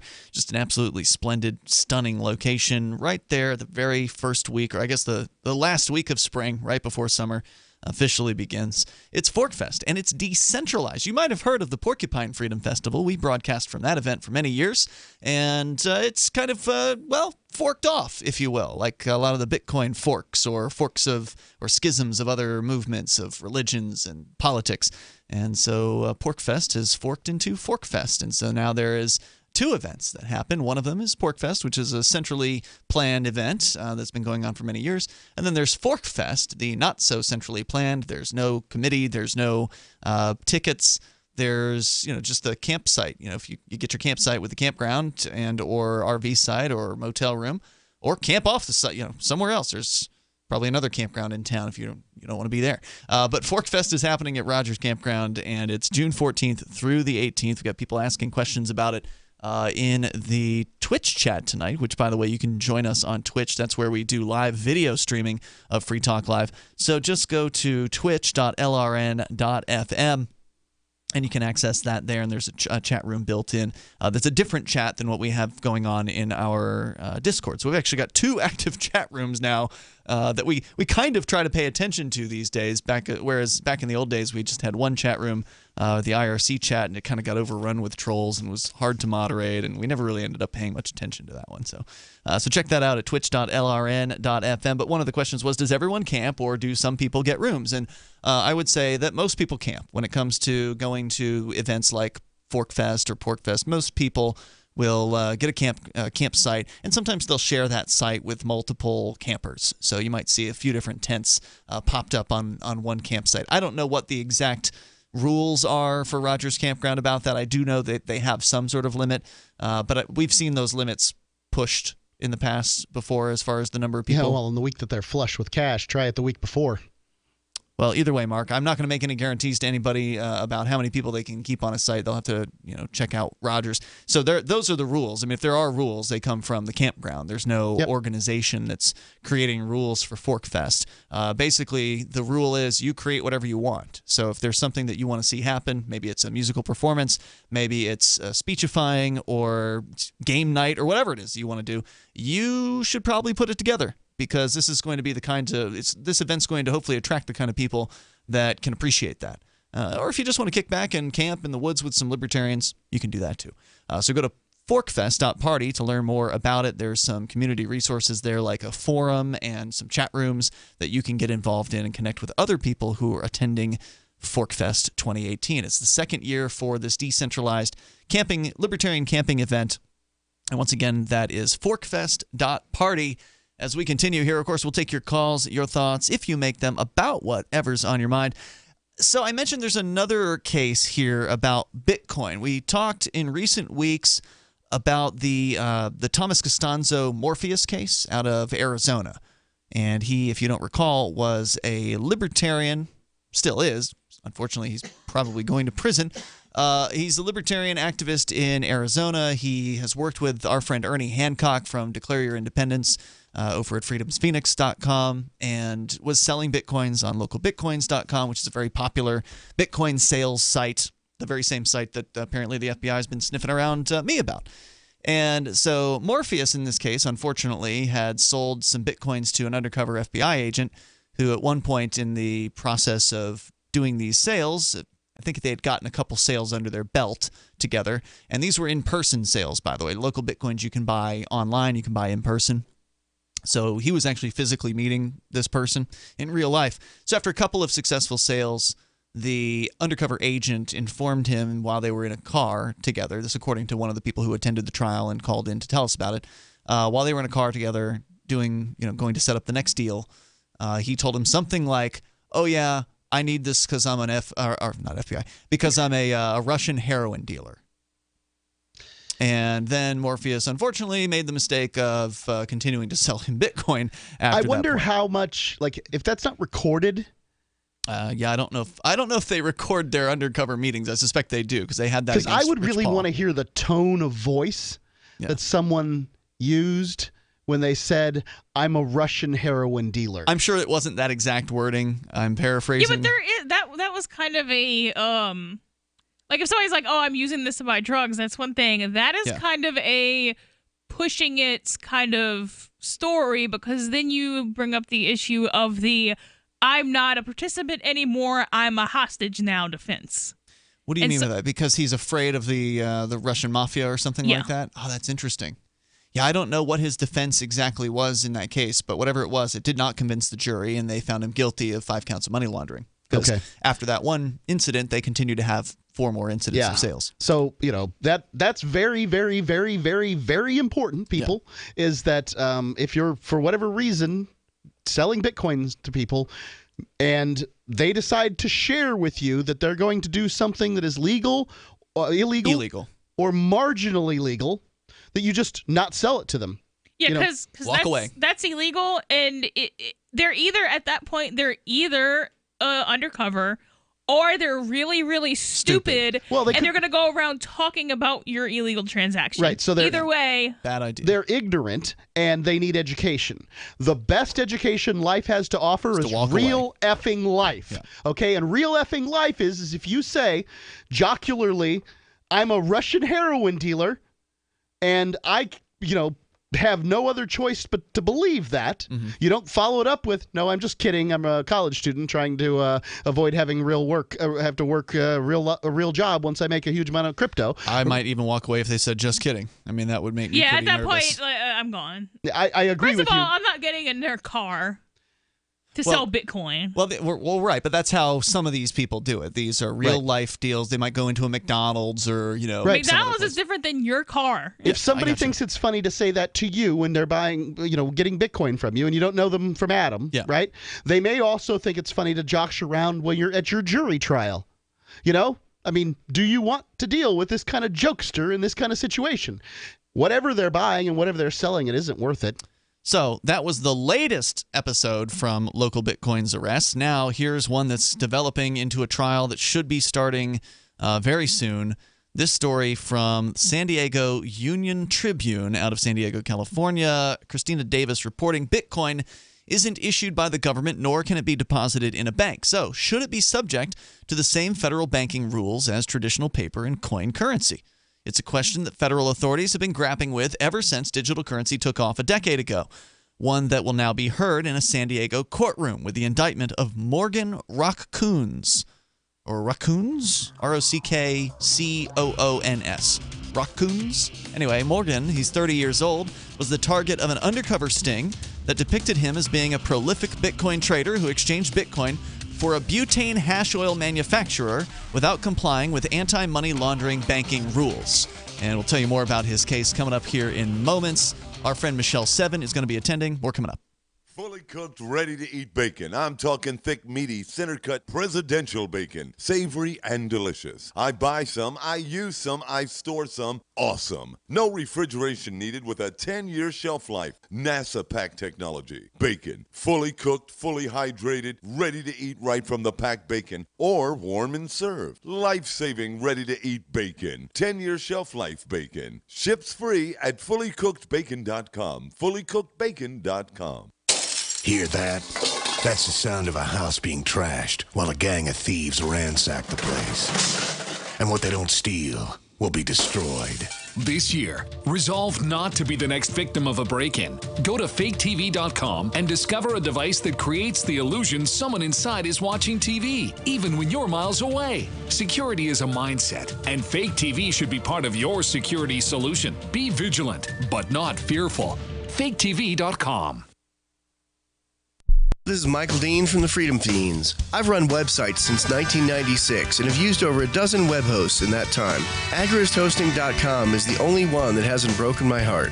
Agrist Hosting's uptime and service is stellar, and their DDoS mitigation is the best I've seen. That's important because if you tell the truth in this world, you'll ruffle feathers.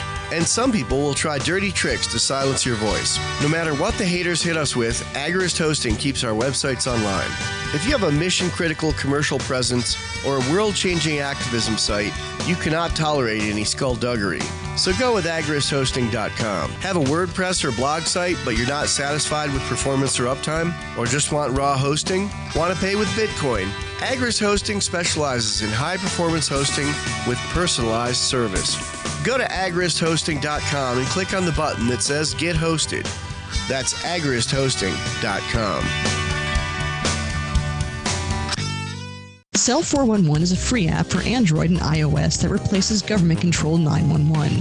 Cell 411 allows you to preset a group of friends or private organizations to show up at any emergency. Cell 411 is a nightmare for the state because it proves their so-called services aren't needed. Cell 411 has had thousands of installs, and of course it's covered by the BIPCOT no government license. Cell 411 because your friends won't shoot you when you're in trouble. Without the government, who would build the emergency services? You and Cell 411. Get it today at getcell411.com. The three most important things you can do for Free Talk Live are: 1, share one episode a week on Facebook or in some other social networking site. 2, buy the things you buy online through shop.freetalklive.com. 3, give $5 a month to the AMP program. It's my firm belief that Free Talk Live's AMP program is the best use of your charitable dollar among liberty-oriented organizations. Support all the organizations you love, but make sure you give $5 a month to AMP at amp.freetalklive.com. Is spreading the message of liberty, cryptocurrency, and peace around the globe worth $2 per month to you? As you may already know, in addition to our internet feed, LRN.FM broadcasts on free-to-air satellite across North and Central America, as well as Sub-Saharan Africa. And we've been available on satellite for free 24/7 since 2010. The LRN.FM free-to-air satellite signal is reaching some of the most oppressive regimes in the world, and there's no doubt our ideas are making an impact. You can learn more about the channel's impact by watching the 3-minute video at fund.lrn.fm. If you'd like to help free minds globally with our ideas of liberty, cryptocurrency, and peace, you can donate as little as $2 per month via fund.lrn.fm. You can help us continue and expand our satellite broadcast to multiple continents. Visit fund.lrn.fm today, and thank you for your help. Don't forget to share the link on social media. That's fund.lrn.fm. You're listening to the best liberty-oriented audio streamed around the clock, on the air, and online. This is the Liberty Radio Network at LRN.FM.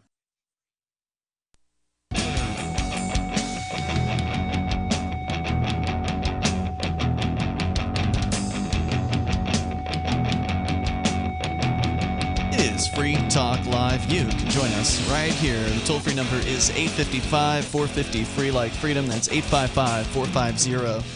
We're talking about who's the Fed in the Free Talk Live Discord chat right now.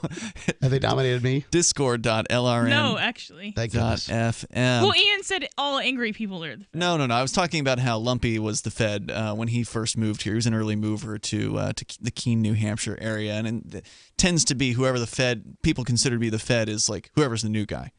Basically, it's sort of like a phase that everybody goes through. Anyway, it's more of a silly thing than it is anything else. Whoever is really the Fed is the most like blending in person who's just like doing nothing. Yeah. Thank you. I don't know. 855, 450, free like freedom. Some of them are informants. They're not necessarily on the payroll. They might have gotten caught for something and then they haven't even contacted me about money. I mean, I've been here on the air asking them, for a handout. come on, tell me, show me the money. Show me the money. And they won't even get a hold of me. So they are trying to get a hold of a 30-year-old gentleman out in San Diego, and we're going to continue that discussion here about the Bitcoin trader who is facing multiple federal charges. He's the next Bitcoin trader to go to court. The last guy ended up getting found guilty of money laundering because, well, he seemed to be knowingly assisting what he thought was to be a Russian heroin dealer with purchasing Bitcoin. And that, which isn't really money laundering in like the traditional sense of what you would think of as money laundering. Well, no, if you, as I understand it, and I'm not an attorney, but in this case, if the heroin dealer wants to clean his money, then one way in theory to do that would be to buy Bitcoin, right? And so if you but assist Bitcoin him, doesn't have like a clean origination. It's one way to take the proceeds of an illegal activity, which is what selling heroin is, and convert that into some sort of thing that you can use in the legal world, right? So that's what money laundering is. It's where you take, as I understand it, it's where you take the proceeds of an illegal activity, whether it be heroin or prostitution or running guns or whatever illegal thing. Well, money laundering is when I tell the IRS I clean houses, but really I sell weed. That's money laundering. Right, because you're taking the money from selling weed, which is the proceeds of an illegal activity, and you're trying to make it look like it was garnered legally. Yeah, so trying Bitcoin to pay the government. having Bitcoin doesn't accomplish that. You would still have to have an explanation as to where you got the Bitcoin. So that this argument makes no sense. Well, I mean, it would be a way for you to get Bitcoin, and you can, of course, spend Bitcoin without anybody knowing that you've spent Bitcoin, right? Like if you go and you buy a thing online with Bitcoin, you can, in some cases, not even use your real name and address, because usually you need a name and address to verify a credit card. So for instance, if you go to the Free Talk Live AMP program at amp.freetalklive.com and you would like to amp anonymously, you can do that. You just have to use Bitcoin. Because if you're going to use PayPal or you're going to use a credit card, you're going to have to identify yourself because that's the way the old banking system works. There's identities tied to accounts. Bitcoin doesn't have that. So you can pay from any old Bitcoin account that you want to, that you have control over, that nobody necessarily has to know that you have. You can then get all the perks of being an amplifier on the Free Talk Live website. And nobody has to know who you are because you could put in a BS name. You can write whatever you want in there. You can use a throwaway email address. Just say you don't want your name up. Well, no, but I'm saying you could not give us your name. So you're talking about where the AMP program allows you to post your name publicly as one of the perks. Yeah, you can do that too. But I mean, behind the scenes, we don't know who you are if you use Bitcoin, unless you want to give that info over. And then again, it's up to you. So that's my point is so if you have Bitcoin, you can still buy things online without necessarily revealing who you are, which would mean you wouldn't be able to be traced. But anyway, the point being that the federal government is coming after people for selling Bitcoin, and this is the latest case. 30-year-old Morgan Rock-Coons charged with operating an unlicensed money transmitting business and so-called money laundering, which is their favorite. This is the thing they're going after all of these people with is money laundering charges. But you also happen to see them usually involved with assisting somebody with some sort of drug sales thing or some sort of drug acquisition or related thing. Now, this one's a little bit different because this involved a piece of equipment. Let me get a little bit further into the story. So the case has re-energized the debate over how the virtual currency marketplace is regulated and whether such criminal prosecutions can stand up in court. Most cases have, but judges in a few prosecutions have taken provocative positions that Bitcoin is not currency, suggesting the issue is far from being case closed. And in most of these cases, people are taking plea deals. So in most cases, you don't have someone going to trial in these Bitcoin charges. Right. That's not necessarily a trial issue, though. So if you write the motion to dismiss on the grounds that I'm not laundering money because you're not alleging a laundering of money, and then that gets granted or not granted, and presumably not granted if you're it's a motion, taking right? a plea, yeah. Well, in this case, despite the recent surge in attention, Bitcoin remains new and novel, according to Brian Klein, who's an LA attorney who's become an expert in cryptocurrency law and has clients around the country. He continued saying, quote, Bitcoin has captured the imagination of a lot of people. It's an exciting field to be involved in, and there's still a lot of new legal ground to be plowed. Yeah, unquote. I'd really like the IRS to get very clear on what constitutes a taxable transaction of Bitcoin and what doesn't. I would suspect they would say all of them would be. Yeah, They are pretty clear on that. Yeah, they're pretty clear that they have made what for some people is a completely impossible list, right? To try to track that. Yeah. Right. If they want me to tell them every transaction that I made in every cryptocurrency in 2017, I don't know how I'm going to do it. A Bitcoin prosecution has not yet been tested in the Ninth Circuit Court of Appeals. Could the Raccoons case break any new legal ground? Well, on his Twitter account, an outspoken Raccoons characterizes the case as, quote, the insane federal government hell-bent on banning Bitcoin use, and, unquote, and has put himself in the role of Bitcoin defender. He told the Union Tribune in a Twitter message when asked about the case, quote, this case will basically make Bitcoin use a crime, something I will not allow as CEO of Bitcoin Incorporated. I don't know what that is, but apparently he's the CEO of it. What the hell does that mean? I don't know. He says, it's my fiduciary responsibility to protect all Bitcoin users, Bitcoin developers, and Bitcoin companies using the Bitcoin network worldwide, so I will fight these made-up bogus charges all the way to the Supreme Court if I must, unquote. Ballsy. You got to give him credit for that. It's awesome, because he's probably facing many years in prison here. Who is this, Morpheus? No, the Morpheus case is closed, Okay. Mark. Morpheus was found guilty on 5 I thought counts this next of money one was laundering. a woman. This is a man named Morgan. Oh, I'm sorry. That's what's got me messed up. Morgan Raccoons, a 30-year-old out in California.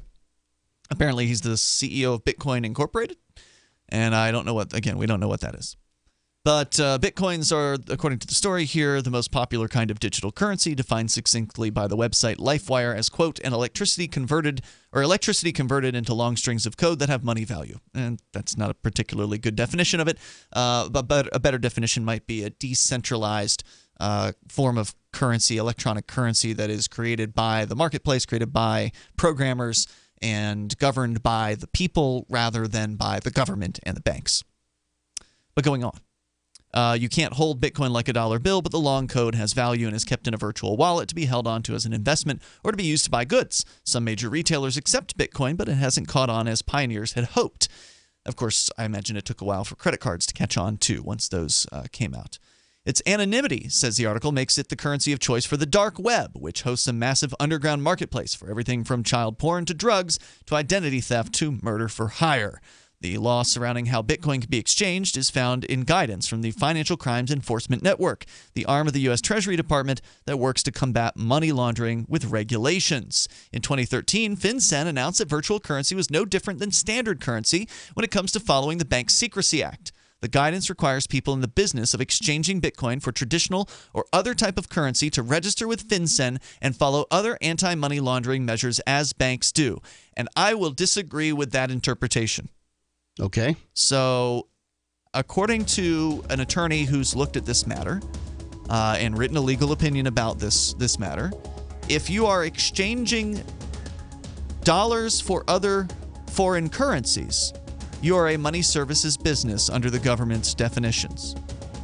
Doesn't have anything to do with exchanging dollars for cryptocurrency. And we can come back and talk more about that. That's my interpretation. I'm not an attorney, but that is what an attorney's opinion was. More coming up here. It's Free Talk Live. I've said it many times on air, and I'll say it here. The New Hampshire Liberty Alliance is one of the most important organizations for freedom in the world. New Hampshire is ground zero for freedom, and the NHLA is the best organization at promoting effective liberty activism. This ad is sponsored by Free Talk Live, and I, Mark Edge, am a lifetime member because I believe in the NHLA. Please check them out at nhliberty.org. Not everyone can move right now, but you can support the cause. Donate top cryptocurrencies or old-fashioned U.S. dollars, nhliberty.org. Visit their website and see what they're all about, nhliberty.org.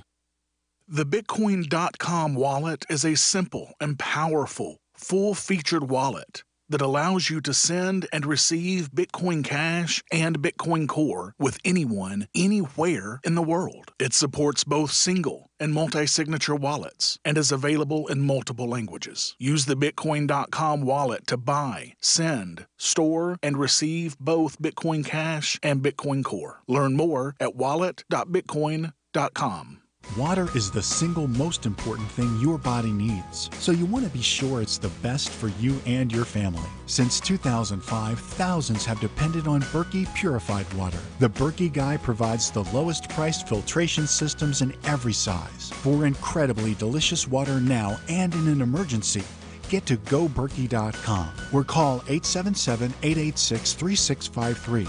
877-886-3653. GoBerkey.com. Hunters, anglers, campers, and survivalists. Get back to nature. Expand your horizons with the highest quality, most versatile, unique slingshots and sling bows on the market at slingbow.com. Slingbow products are compact and models start from just $17.98. They're perfect for your bug-out bag or storing in your vehicle. Give yourself and your loved ones the excitement and tradition of slingbow. A new frontier in archery and truly modern twist on this primitive survival tool. Feel the thrill only at slingbow.com.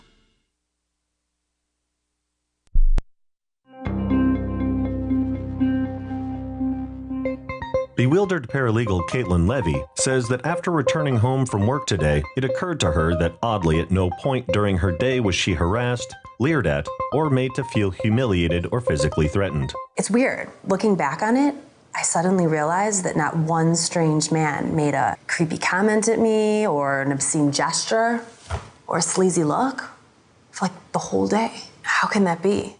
The 29-year-old told reporters that even at points in her day when she is traditionally almost certain to be made uncomfortable by at least one or two leering male strangers, not a single such instance occurred. I actually got to walk from the train to my office and never once catch some weirdo smiling at me or looking me up and down or slowing down his car to yell some shit out the window at me. I felt weirdly safe or something. This is the Onion News Network. Did you know you can watch Free Talk Live during our live show 7 days a week from 7 to 10 p.m. Eastern via our studio cams at cam.freetalklive.com? Plus, you can chat with other listeners while you watch, all totally free. Now that our live video stream is hosted by YouTube, our video archives will be online even faster. So be sure to subscribe to our YouTube channel. Listen, watch, and chat all free at cam.freetalklive.com. That's cam.freetalklive.com. We've all heard about blockchain assets like Dogecoin, Ether, and Ripple. Bitcoin isn't the only player in the blockchain game any longer. And for those of us wondering how to get our hands on these digital assets, finally, there's a solution. Shapeshift.io allows you to buy and sell between your digital assets and Bitcoin instantly between your own digital wallets. I've used it with ease. Shapeshift.io. There's no account or email address needed. You send them the crypto you want to sell. They send back the crypto you want to buy. It's that easy. Shapeshift.io. Do you love Twitter? Make sure you favorite the LRN.FM Twitter account so you can receive our tweets at twitter.lrn.fm. That's twitter.lrn.fm.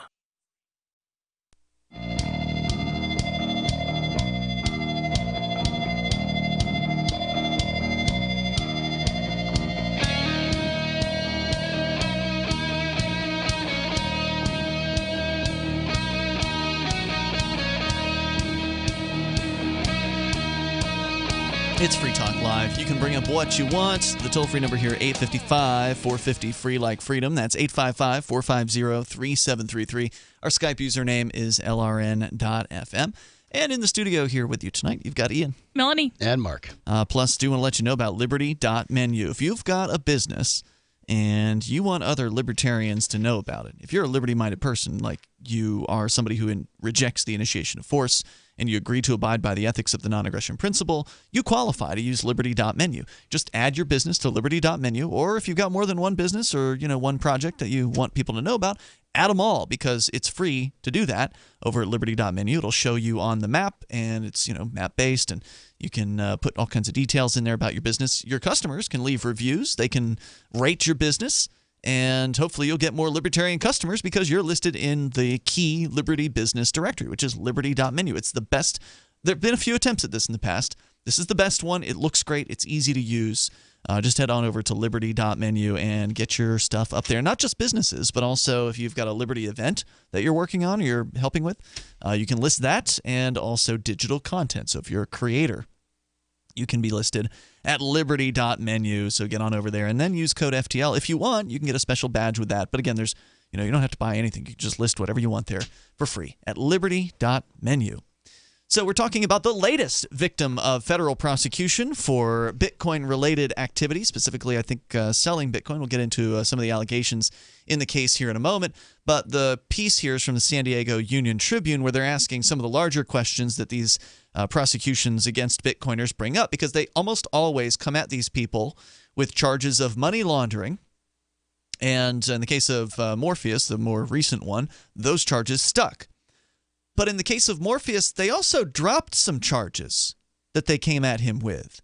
And one of the charges they dropped in the Morpheus case was, I believe, the same charge that they're hitting this guy with. This is 30-year-old Morgan Rockcoons, who's facing a charge of operating an unlicensed money transmitting business.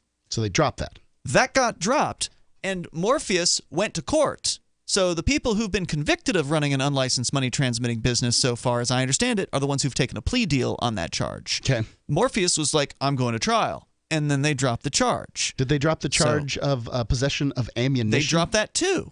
Okay. Interestingly. I've never even heard of a felon in possession of ammunition. Well, apparently. This is California, though, right? No. Well, in the case of Morpheus, it was Arizona. This new case is California. Morpheus was arrested during the initial search of his house. They found ammo, and they charged him with felon in possession. Yeah, I don't know how much it was. It could have been a bullet left by an ex-roommate, for all I know. Could have been, and I don't know the exact rationale for dropping it. It had something to do with that in Arizona, it wouldn't be a felony in order... Like, if you were a felon in possession of ammo in Arizona, that's not a felony or something, and so therefore, because it was in Arizona, they had to drop it. It was something convoluted like that, and yeah. I may not be recollecting exactly well, what it was. Of all the things, look, I didn't even know that was illegal. I've touched ammunition in the last decade. And you're a felon. Yeah. So, I mean, sometimes you get a mess to clean up, somebody leaves something or whatever. It's not like you're going to kill anybody with just a bullet. So they claim here that FinCEN had announced that virtual currency was no different than standard currency when it comes to following the Bank Secrecy Act, and they require people in the business of exchanging Bitcoin for traditional or other type of currency to register with FinCEN and follow other anti-money laundering measures as banks do, including knowing the identity of the customer and reporting any transactions over $10,000. Many states also require money transmittal businesses to be licensed. So the thing that I was saying here is I disagree with this legal interpretation. There are attorneys out there, like an attorney that I happen to know, that provided a legal opinion on this matter, which is very similar to the opinion that I had held, which is that, no, you're not a money services business if you're selling Bitcoin. And all you have to do is look at the definition of what a money services business is to know this. Money services businesses, and I don't have the definition right in front of me, but there's several different things that a business can do that would make them a money services business. And like one of those things is check cashing. Well, that's not applicable here. Another thing is, let's see, there's money transmission. So that's where, like, take Western money from Union, one location, send it to another. Right. That's what Bitcoin does on its own. Right. And you can't arrest Bitcoin in that case. Yeah, and in this case, you're not doing that anyway, Mark, because you're just selling Bitcoin to another person. So there's not a third location. There's not a third party involved in that. Well, Bitcoin never actually changes location. True. It's on a ledger. It's just the assignment of the Bitcoin goes to different locations. So, yep, that's true. If ownership of... I don't know. What are we talking about? A stack of cash, right?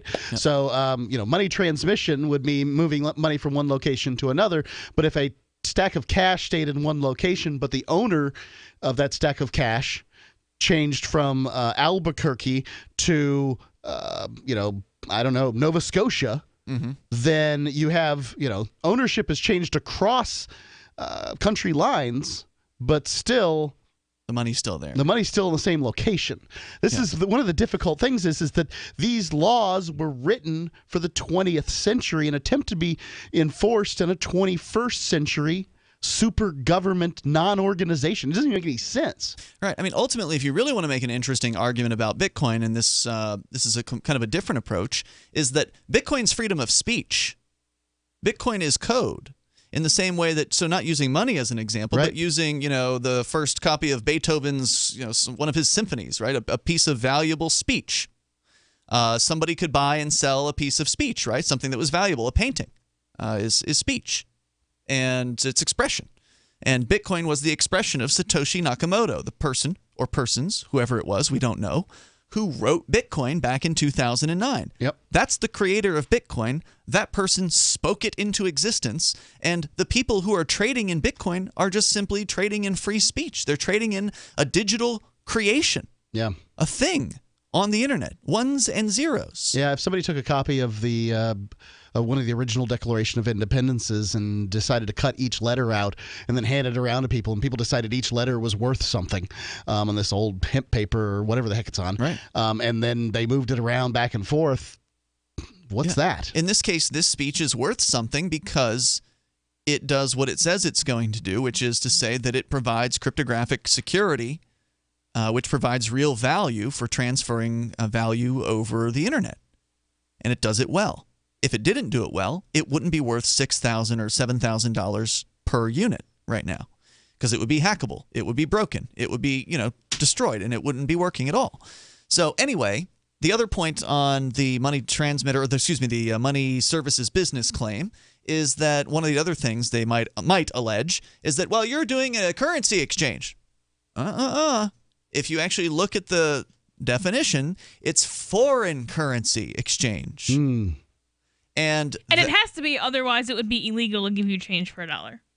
Explain that. What do you mean? So if it was just illegal to exchange currency, Yeah. Federal Reserve notes are currency. So if you're like, can I have change for $1? That's an exchange. There are also of currency. two competing currencies in the United States.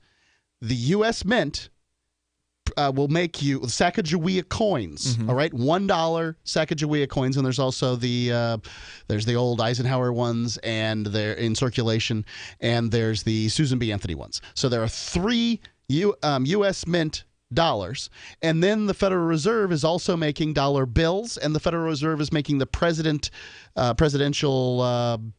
coins. I don't know if they're still making them, but they were at one point relatively recently. Yep. So there are 2 competing U.S. currencies, the U.S. Mint's currency and the Federal Reserve's currency. And if you took one and accepted it for the other and exchanged them back and forth, no one would say a thing about that being an illegal currency exchange. No one would think about it for a moment, but the fact of the matter is it's domestic currency. Right. So foreign currency is generally defined as currency of a foreign government. A central bank currency. Now, that's not to say they couldn't update the money transmitter or the money services business regulations to include virtual currency, but as of the last time I looked, they hadn't. And certainly as of the time the FinCEN bureaucrats sent out their 2013 notice, it had not been included. And that would be interesting, because then they would have to either recognize the blockchain as a foreign country, which is really weird, or they would have to specifically write in crypto to their statutes. They would. And to my knowledge, they have not done that. So that's going to come, though. Crypto is, at this point, major bankers, George Soros, hedge funds. Major banks are including Bitcoin in their portfolio. Bitcoin is something real. It's here to stay. Crypto, obviously, but don't Bitcoin people is crypto. also have like other commodities like corn and farm products or whatever in their portfolios as well? You can have all kinds of things in your portfolio. It would be really, really awesome if the federal government would just go ahead and recognize crypto as a commodity. Didn't the IRS already say that? And a federal judge? Yeah, but They said it was an asset, but it's a different They do what they want, agency. when they want, how they want. That's true. If they had some consistency, we'd be able to figure all this out. Right. So unfortunately, we got a bunch of people catching criminal charges in federal court. And we'll tell you more about what's happening to the guy out in California coming up here, because he's going to court tomorrow. And our friend Michelle Seven's going to be there to report on it. We're coming up. Free Talk Live. I tried other brands, but I came back to My Sunshine. For the best hot or cold pain relief, get the best. Get a Sunny Bay heating pad. Sometimes life can be a pain in the neck or back or shoulder. And the best relief for that pain is a Sunny Bay heating pad. Did you know that the American College of Physicians said that one of the best ways to treat muscle pain is heat therapy? Sunny Bay heating pads are handmade with high quality, can be used at home or at work, and have a lifetime 100% positive rating on both Amazon and Etsy. Why take another pill? Many people use our Sunny Bay heating pads alone and got rid of the neck pain. Long distance travel or long hours in front of a computer can take its toll on your body. See why our homegrown small business at sunny-bay.com has tried to help people just like you. Get your Sunny Bay heating pads at sunny-bay.com. That's sunny-bay.com or call 253-678-1361 for hot and cold therapy. sunny-bay.com. When you hear the word lobbyist, you probably think about greedy corporations, but not all lobbyists are the same. Some are fighting for the freedoms you hold dear. Liberty Lobby LLC is doing just that in New Hampshire, working hard to represent you, not some special interest group. You can help by going to libertylobby.info, where your contribution will give us the tools we need to ensure that your voice is heard. Visit libertylobby.info today to find out more. Did you know we've taken our LRN.FM telephone listen line to a new level with the LRN.FM audio on demand line? Now you can call 712-770-8447 anytime and listen to LRN.FM's live feed. And you can listen to a bunch of our original shows on demand. Long distance fees may apply. Just dial 712-770-8447 and choose from the menu. 712-770-8447. You're listening to the live edition of Free Talk Live. Hour number 3 is next after the news here on the Liberty Radio Network at LRN.FM. From Keene in the Shire, the Liberty Media capital of the world, this is Daryl W. Perry, host of FPP Radio News for Monday, April 9th, 2018. Silver is trading at $16.40 per ounce. Gold is valued at $1,333 per ounce. Zencash is trading at $25, and the average price of Bitcoin is $6,755.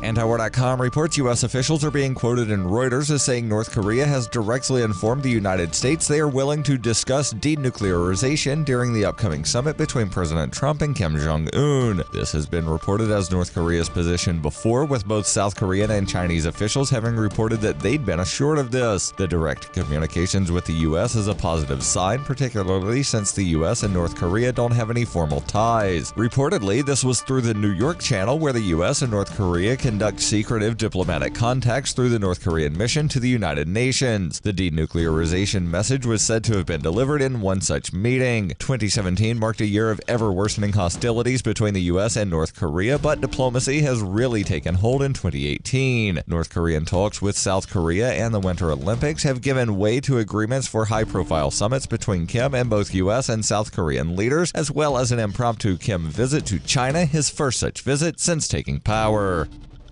Are you an advocate for free market money? Do you promote Bitcoin as an alternative in a fiat-centric world? Then you need Spend-A-Bit in your arsenal, the search engine for things you can buy with Bitcoin. Spend-A-Bit aggregates millions of products from thousands of Bitcoin-enabled merchants. Keep your money in the free economy. Visit spendabit.co today. Bitcoin merchants, ask about our merchant suite to reach even more customers. Spendabit.co. UPI reports a federal jury on Friday awarded $10 million to a man who was framed for murder by San Francisco police officers in 2007. The jury found that the two inspectors on the case, Michael Johnson and Maureen D'Amico, fabricated evidence against Jamal Truelove and withheld evidence that may have helped him prove his innocence, according to the San Francisco Gate. Both inspectors are now retired. Truelove was convicted in 2010 but won an acquittal after a 2015 retrial. After his release, he filed a federal civil rights lawsuit against the city and county of San Francisco, which will pay him a $10 million award.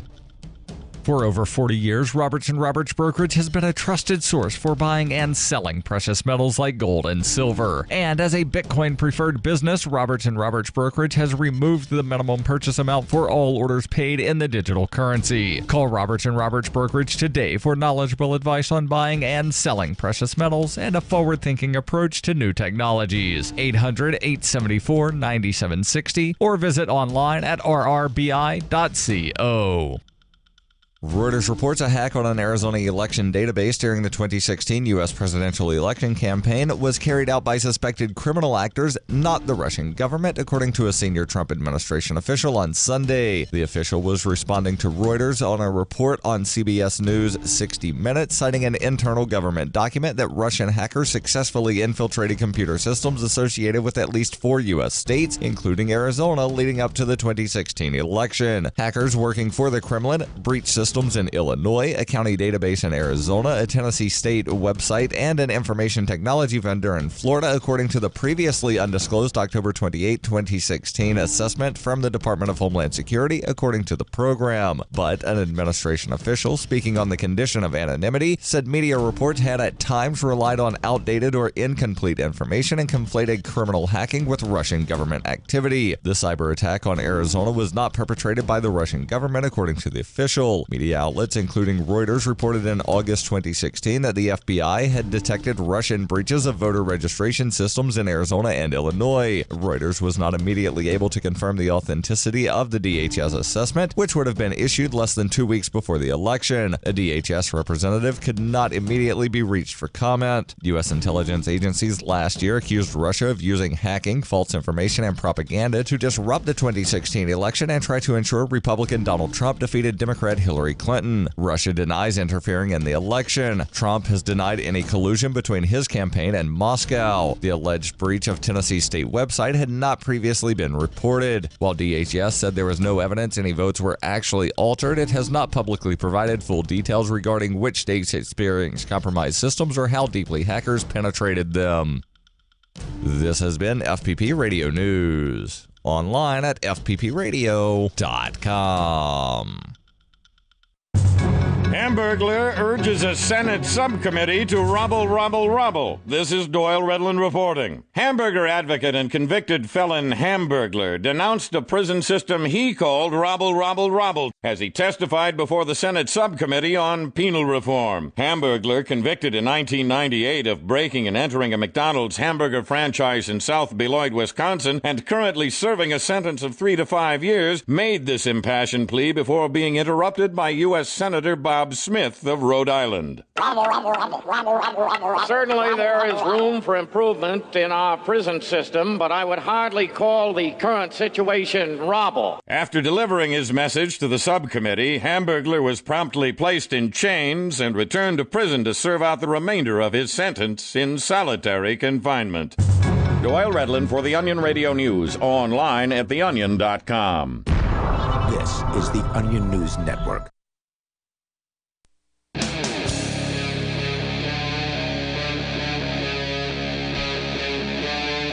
Free Talk Live.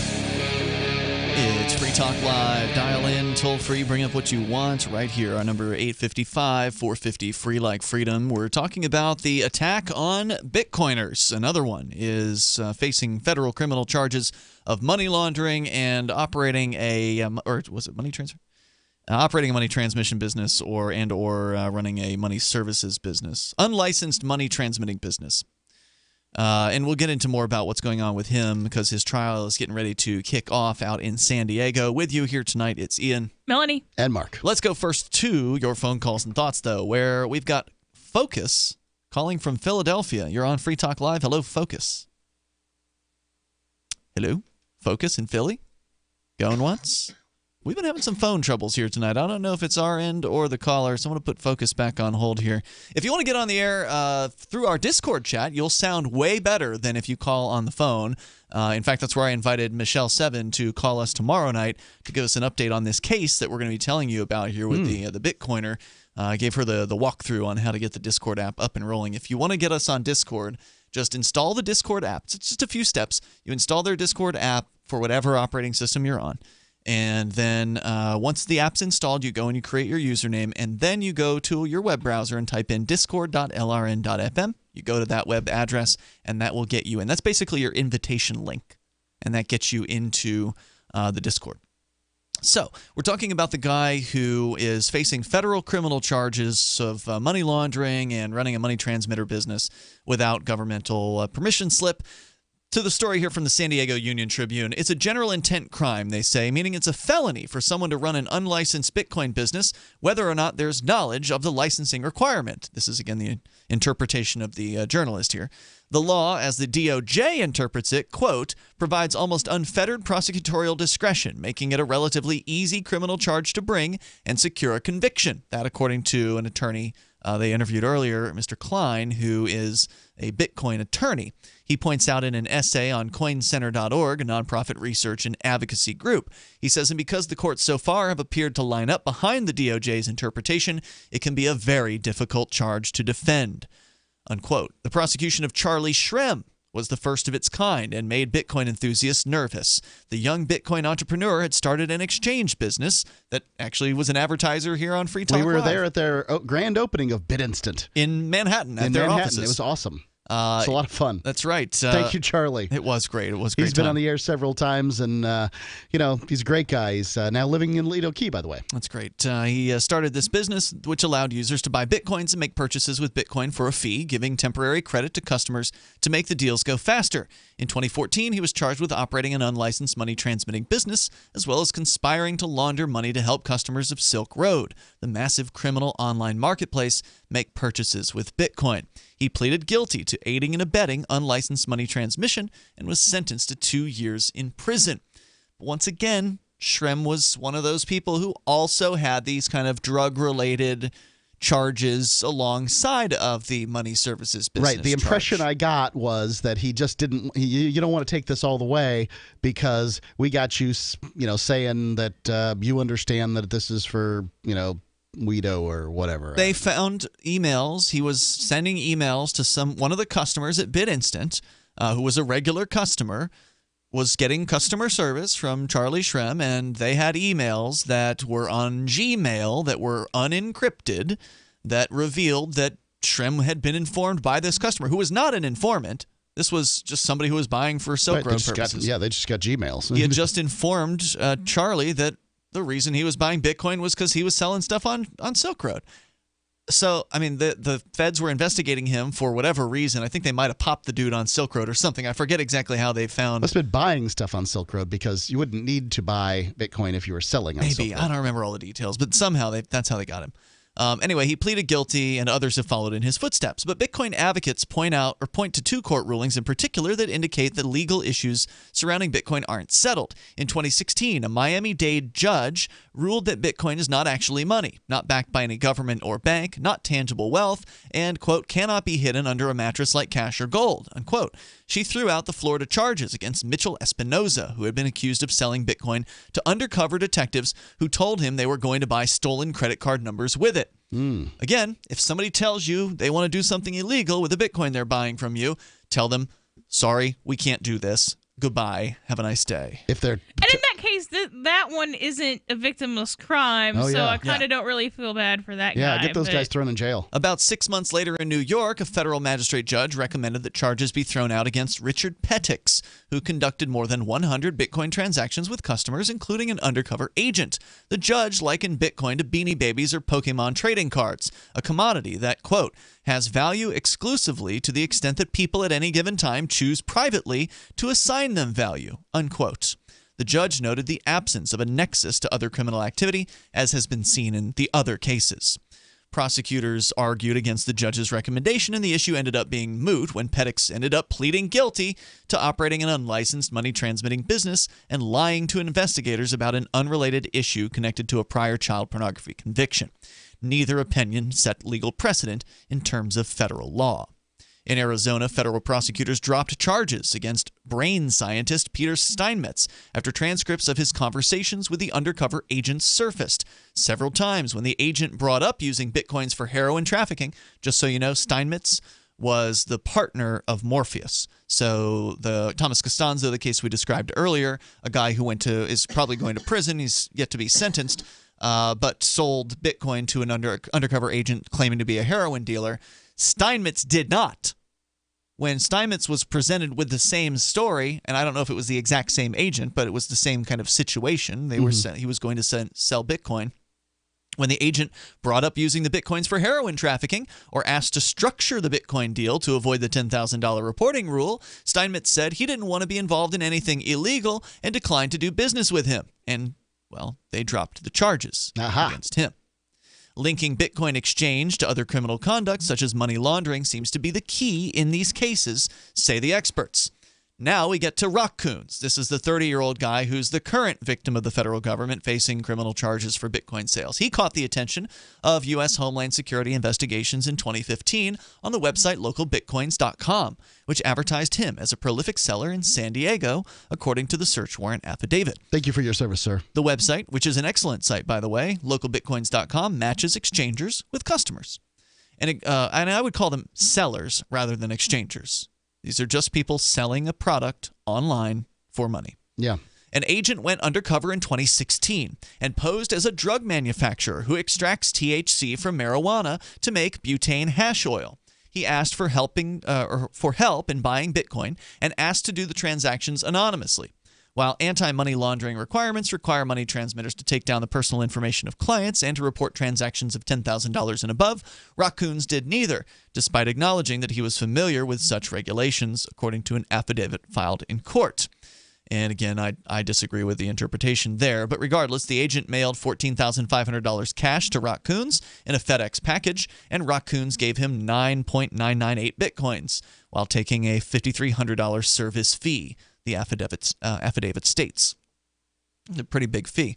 In a text message, Raccoons later allegedly boasted, quote, that might have been the fee after they looked up the price when they wrote the article after the price went up. Yeah, I don't know. That makes more sense to me. It's what the affidavits apparently said. But in a text message, Raccoons allegedly boasted, quote, I'm a professional money manager and mover of funds without personal identifying information attached to the funds or equity. This is my specialty, he said. Raccoons declined to be interviewed for the story, referring questions to his attorney, but in interviews with other publications, he disputed the facts as presented in the court records. He told Bitcoin Magazine the undercover agent indicated the hash oil equipment he'd be purchasing was for medical use, which is legal in California. He also, it's not legal in the U.S., though. That's one of the issues in this trial Is that going to be enough to get him out of federal charges? No, probably not. But that is an interesting question. Federal charges in California, though? It's not interesting. It's illegal on a federal level, so the feds can charge you with it. It's not complex. That's all there is to it. If California had any guts, it would just go ahead and make a law that its police can defend its citizens against illegal arrests by the feds. That doesn't mean the police are now going to get shot at to defend you from a federal weed charge. Really? I thought they were brave men and women trying to only enforce the law. No, you didn't. All right, we're going to continue here. Thoughts are welcome if you want to share them. Our number 855-450 free like freedom. This is Free Talk Live. More coming up. Crimes of the Crown by Captain Mark. The Crown casts the world in shadow and claims to be our guiding light. Cowards clamor for security from boogeymen and ghost stories. While I say these hobgoblins are imaginary, I say those they propped up as our liberators are now subsisting on our bondage. I say there is freedom in the black, and that's exactly where we intend to go. The Crown banishes its own officers for exposing its crimes and tortures dissidents to the brink of madness. It dominates the globe and swallows the wealth of generations, leaving only blood and excrement. The Crown calls it piracy to explore frontiers beyond its grasp. So the time has come for us to define the conduct among pirates. I say the Crown has trampled our necks long enough. Need decentralized solutions to centralized problems? Looking for a community of like-minded scoundrels? Or just want some swag to let the Crown know what you think of it? Join the conversation at pirateswithoutborders.com. We won't be hard to find. The Bitcoin.com wallet is a simple and powerful, full-featured wallet that allows you to send and receive Bitcoin Cash and Bitcoin Core with anyone, anywhere in the world. It supports both single and multi-signature wallets and is available in multiple languages. The Bitcoin.com wallet is available on Windows, Linux, Mac, Android, and iOS devices. Learn more at wallet.bitcoin.com. Zencash is an end-to-end encrypted system with zero-knowledge technology over which communications, data, or value can be securely transmitted and stored. With over 7,500 secure nodes, Zencash has one of the most distributed node systems of any cryptocurrency. Zencash is a platform for cryptocurrency and communications built by voluntarists for voluntarists, with the ideas of voluntary interaction being written into the white paper no less than half a dozen times. Learn more at Zencash.com. That's Zencash.com. Since time began, tyrants have taken aim at personal liberties. Now there's a movie that aims back. The government has no more right to tell us what to put in our bodies than they have to take our guns or tell us what books we can read. 6 drug police were eaten by bears while raiding a marijuana farm. On your knees, you dirty hippies! Jesus. On your knees! What's the problem, officer? Today, many cops who enforce pot laws do so only because it provides them with cushy jobs, good benefits, and a chance to push people around. I was an undercover narcotics officer. The drug war is nothing but a farce. The Second Amendment says you gotta keep you and your get intact. Guns and Weed, The Road to Freedom. A film by Michael W. Dean and Nima Vadadi. DVD available now at gunsandweed.com or on Amazon. That's gunsandweed.com. Makes the perfect gift. Remember, that's gunsandweed.com. If you want to know the latest about Free Talk Live before we go on the air, all you need to decide is how you want it delivered. It's your choice. Visit news.freetalklive.com. You can get emailed announcements and participate in contests via our email updates list. Plus, we have a Twitter account that you can follow and a Facebook page where you can become a fan. So visit news.freetalklive.com to get news about Free Talk Live as soon as it's announced and the way you want it delivered at news.freetalklive.com. That's news.freetalklive.com.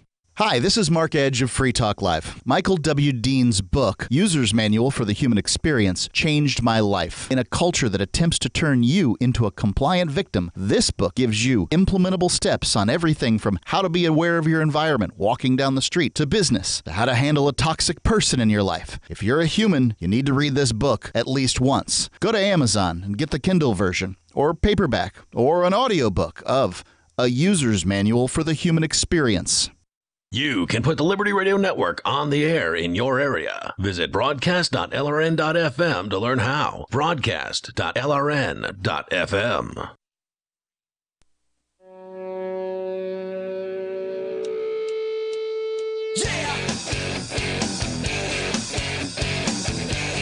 It is Free Talk Live, and you can bring up whatever you want to discuss. Our number here is 855-450-FREE, like freedom. That's 855-450-3733. You can bring up anything. That is the point here on Free Talk Live. Another Bitcoiner is facing federal criminal charges, and our friend Michelle Seven is going to be there tomorrow to watch the beginning of not the actual trial, but a pretrial hearing on revoking bail. So apparently they want to revoke this guy's bail, and it's because they did a drug test on him because, frequently bail conditions require drug testing, and in this case the federal conditions do. And they did a hair follicle examination and found that he had THC at some point, because hair goes back a ways. So they found that he had THC at some point, and he's in California where that's legal. So again, you have this issue of, and as Melanie says, it's not an issue. It's federal court. Federal law applies. So therefore, if you've got THC in your system, you violated probation, or in this case, the bail conditions. So they're going to have a hearing. Well, about your that. bail conditions don't. So you can have a bail condition or a parole condition or probation. To not do something that isn't even illegal. So that's not even an issue at all. Right. So they can make a condition of your probation that you not drink alcohol. Right. Alcohol doesn't have to be illegal for that. Right. Great point. So that's what the hearing's about tomorrow, where our friend Michelle's going to be there. She's going to call in tomorrow and let us know how that goes. Well, probation hearings don't tend to go well. Bail revoking hearings in this case, but well, similar. It's going to be similar. It's going to be, say, the conditions are violated, and, goodbye. whatever. We're taking 10% of your bail and refunding the rest, or whatever they feel like doing. Yep. So we'll see how that goes. Anyway, they're coming after him. We'll tell you more about his case here in moments. But I also want to let you know about how Melanie can help you with your taxes. We're coming up to, 6 days away now from... God, I bet she'd love to get done with all those taxes. Yeah, a week, because I'm surprised you're even here. April 15th falls on April 16th this year. Okay, so you got an extra day. Because it's Monday. Right. 15th is Sunday. Is it too late for people to call you? Yeah, you're probably going to get an extension at this point. Can you help them file the extension at this point? If they call you this week, are you able to help them with that? Yeah. Okay. All right. I heard as long as it's not a complex business, in which case I can't tell you how much to pay, but so individuals, it'll get done at some point. Individuals who need an extension and want your help filing for taxes, because you're a professional accountant, you're trained at this stuff. You actually like reading laws, and so you can be hired because you're actually an anarchist accountant. Good luck finding that in the phone book. And law school graduate. And law school, right, which is a big deal. She's not actually an attorney right now, but she could be if she wanted to. Probably knows a bit more more about tax law than your average CPA, just a guess. Yeah. And you can get in touch with Melanie by going directly to her website through our website, which is tax.freetalklive.com. So you just go to tax.freetalklive.com, and that forwards you straight on over to Melanie's site, where you can reach out to her in whatever method is appropriate, and you guys can schedule a meeting and talk further. Yes. So do that if you need some help. If you want to have a real anarchist who hates the state working for you to minimize your tax burden and maximize whatever returns you might be getting. So a little bit more here about Morgan Raccoons, who is facing federal charges. He was selling Bitcoin, and in his particular case, they say, according to court documents, an agent went undercover in 2016, posing as a drug manufacturer who extracts THC from marijuana to make butane hash oil. He said he needed help buying Bitcoin and asked to do the transactions anonymously. Now, unlike some of the other cases that we've talked about where it's been a person-to-person deal, this was transacted through the mail. So $14,500 was sent to Mr. Raccoons in a FedEx package, and he gave the man just under 10 Bitcoins. You've got to have some good cred. Right? What do you mean? If somebody packages up $15,000 and ships it to you in a FedEx box, that's risky, right? Like, I mean, that's good cred, right? Do you mean good cred on the part of the person shipping or the person receiving? Yeah, right. For sure. You know, I mean, yeah. If I'm just gonna mail you $15K, like, yeah, that's there are people who will do it on local Bitcoins. Back in the day, I sold one of those Kazacious Bitcoin coins. Yeah, the one Bitcoin coin. Yeah, this was before the split and everything like that. I would say it was probably worth, I don't know. I think this was back when it was they were selling it like a Bitcoin was at $1,000 and the Kazacious coins were selling at $3,000. Okay. And I've heard they're going for upwards of $20,000 today. I don't think it's that high. It might have been recently, but yeah, it's probably not that high right now. Anyway, this is what I've heard. The best place to go is localbitcoins.com to Bitcoin Talk forums to check that out. Okay. Anyway, these coins, like I sold one on eBay. Well, I sent it out and the person said, didn't get it. Sorry. And of course they can challenge it on eBay and pull back the money. Right. Unless you happen to have a videotape of you dropping it into the envelope in front of the post office person and sealing the envelope and handing it to the post office person. Right. At which point I, returned that as evidence to the investigator. Yeah, eBay. whoever it was, eBay, and then they said, "Oh yeah, you did what you were supposed to do," and that person's like, "Oh yeah, I did get it." Really? So. They changed their tune real fast. But they were ready to, just rip me off. Yep.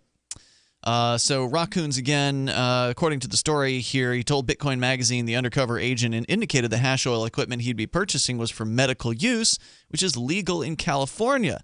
He's also accused investigators of trying to entrap him.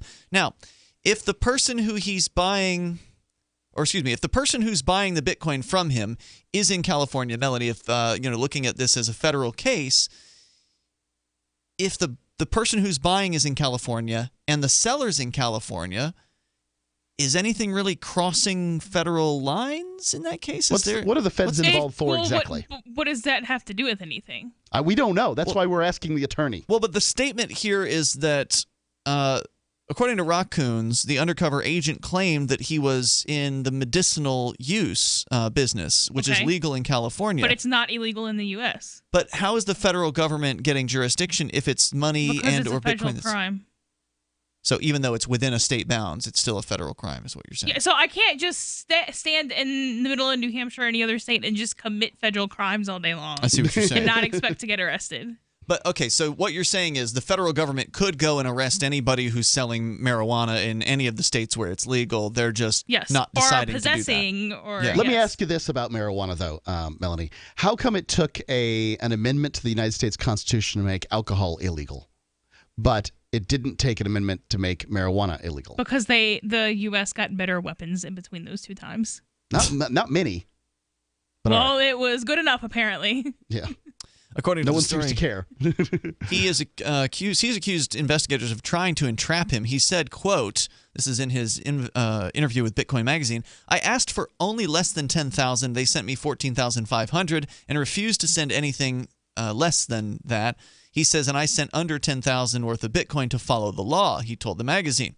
He said he was living in a tent at the time in the Mendocino National Forest at the time of the transaction and working on a voice-operated Bitcoin wallet.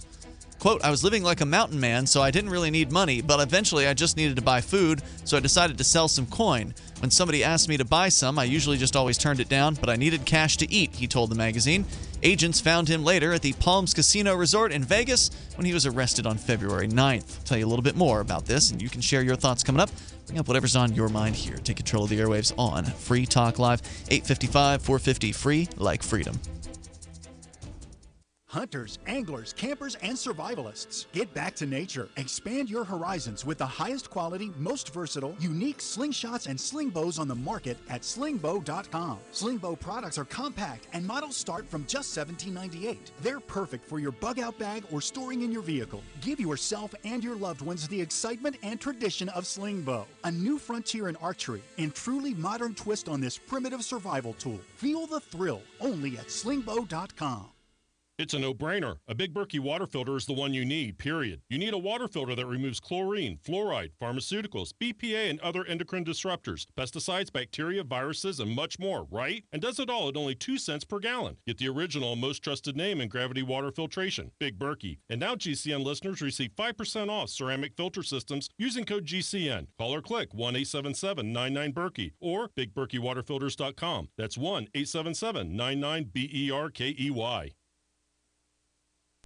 Excuse me, is this where I get a license to start a new business? I wouldn't be hasty. You have to get a license to go out of business, too, you know. Oh, well, look, I've invented this little anti-gravity machine, see? Oh, is that why you're walking 2 inches above the floor? Oh, yes, it's very comfortable. It saves on shoe leather. Yeah, well, you have to fill out these forms and report to the Human Services Department of Manpower Orientation and register with the Fair Employment Practice Commission, the Wage and Hour Division of the Employment Standards Administration, the State Sales and Income Tax Division, the Internal Revenue Service, and the Social Security Administration of the Department of Health, Education, and Welfare, and, of course, OSHA. OSHA? I thought that was a little town in Wisconsin. You'll find out. Say, floating around like that could be dangerous. Have you checked with the Consumer Product Safety Commission? Well, not yet. Come to think of it, you actually are flying, aren't you? Look, you need to go over to the Federal Aviation Administration and the Transportation... It's very hard to get anything done these days if you're in business, but free enterprise built this country. Think what could happen if we don't keep it free.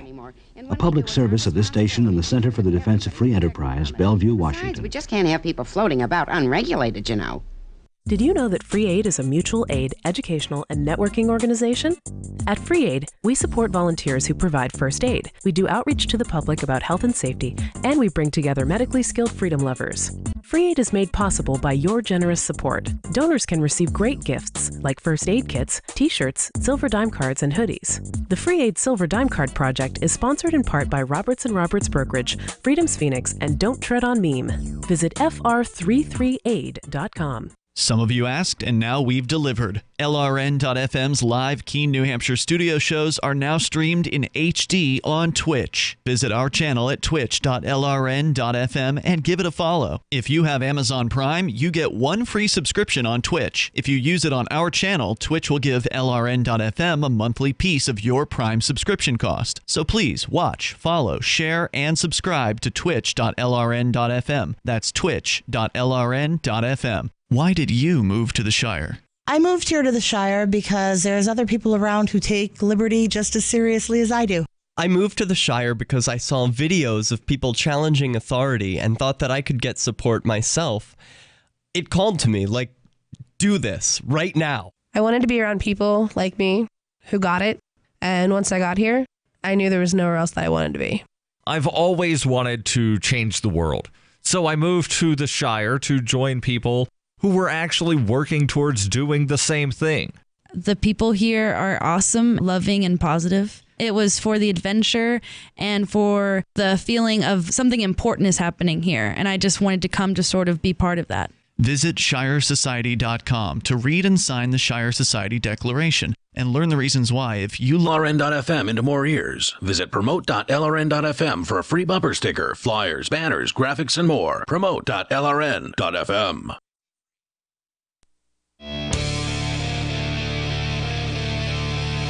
Free Talk Live. We invite you to join us on the radio here. The toll-free number 855-450 free like freedom. That's 855-450-3733. So tonight, takeaway here from this discussion is the same takeaway that we've had in other discussions about people selling Bitcoin on the internet or in real life is if somebody tells you they want to do something illegal with their Bitcoin or whatever coin, one of the other coins, then just say no to that deal. And let's stop, and media, stop calling Bitcoin sales illegal or suggesting Bitcoin sales are illegal. Oh, they really want to keep doing that, though, because they want to align Bitcoin with violence, child pornography, rape, murder, terrorism, and all kinds of other bad things. Yeah, I don't understand why they want to keep doing it when it's bad reporting, though. Oh, sure. Well, the media doesn't care about bad reporting. A lot of them do. Didn't you hear the thing we played from CNN the other night? I mean, my God, that was a terrible. hack job. Yeah. Terrible. So, anyway, if you want to comment, you're welcome to do so here. Bad reporting doesn't mean that media wants bad reporting, though. I mean, bad reporting, I think the people want good reporting. They're not getting that in a lot of cases from the media. Whether they're doing it purposefully, Mark, is another question. Some people believe it's a big conspiracy and, the media is all owned by a few different people and it's all the, the Bilderbergers or the Illuminati or whatever. And then there's just the argument that these people are just so brashly ignorant and that it really doesn't matter how uninformed that they are. Right. So anyway, toll-free number tonight if you want to join us, 855-450 free like freedom, 855-450-3733. Hey, Mark, Blink is back. They went away for a few weeks, but they're back now. Well, it's a better time of year for them. Yep. Okay, cool. Well, it's good to have the Blink home security system back on. Mine's been on the whole time. Well, right. So has the one here at the studio, and it has been working and working well. I'm still wondering when I'm going to have to first replace those batteries, because that was my big question: was how long is this going to last? Apparently, it lasts for quite a long time. The Blink cameras are super easy to set up. It's Wi-Fi based. So there's no wiring. You don't have to drill holes, run wires along the ceiling or through the walls or whatever in order to get these things set up. You just buy the Blink system. It's delivered to your house. You unpack it, and you put the batteries into the cameras. You put them in the locations where you want to put them, and then you set it all up via their via Wi-Fi enabled device like your smartphone or your tablet. And once it's all set up, which doesn't take very long at all, then you get updates on your phone whenever it is that something happens in front of the cameras that you've selected during the time frames that you've selected them to be operating. Very simple and very affordable. And we did confirm so they kind of went off the air with us for a few weeks. It was like right in that last week when the coupon code started working again, didn't it? Yes. It's like so I think it's 10% off, if I'm not correct. Right. Okay, so 10% off your purchase over at blinkprotect.com with coupon code FTL, like Free Talk Live. That's blinkprotect.com, coupon code FTL for 10% off. So a little bit more here about Morgan Rockcoons. He is a Bitcoin seller out in California who allegedly sold Bitcoin to an undercover agent who had indicated that he wanted to buy butane hash oil extracting equipment. which in California can be used for legal California medicinal marijuana manufacturing purposes. But as Melanie has pointed out, that doesn't matter because this is a federal case. And so federal charges can apply anyway, anywhere, and that's what they're coming after him so for. if you're located in California, you were also located in the U.S., and in the U.S., marijuana is illegal. It's unfortunate, but that does add an extra warning to people out there, and this is an extra modifier to what we've been saying in these Bitcoin cases. If somebody is asking you for Bitcoin to sell Bitcoin to them, and they want to use it for an illegal purpose at any level, so not just federal, but state, federal, whatever. So even if you think, oh, this is a person in my state, I'm meeting this person at McDonald's.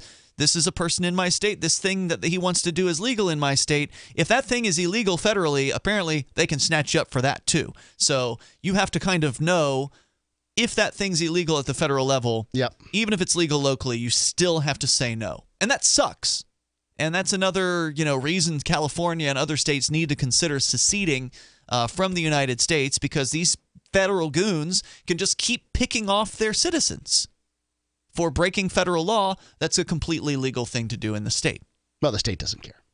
Well, but they're starting to. I mean, there's some pushback from the state of California, for instance, against the federal government. They have the sanctuary laws that they've been pushing back against the feds for, and the Trump administration in that case.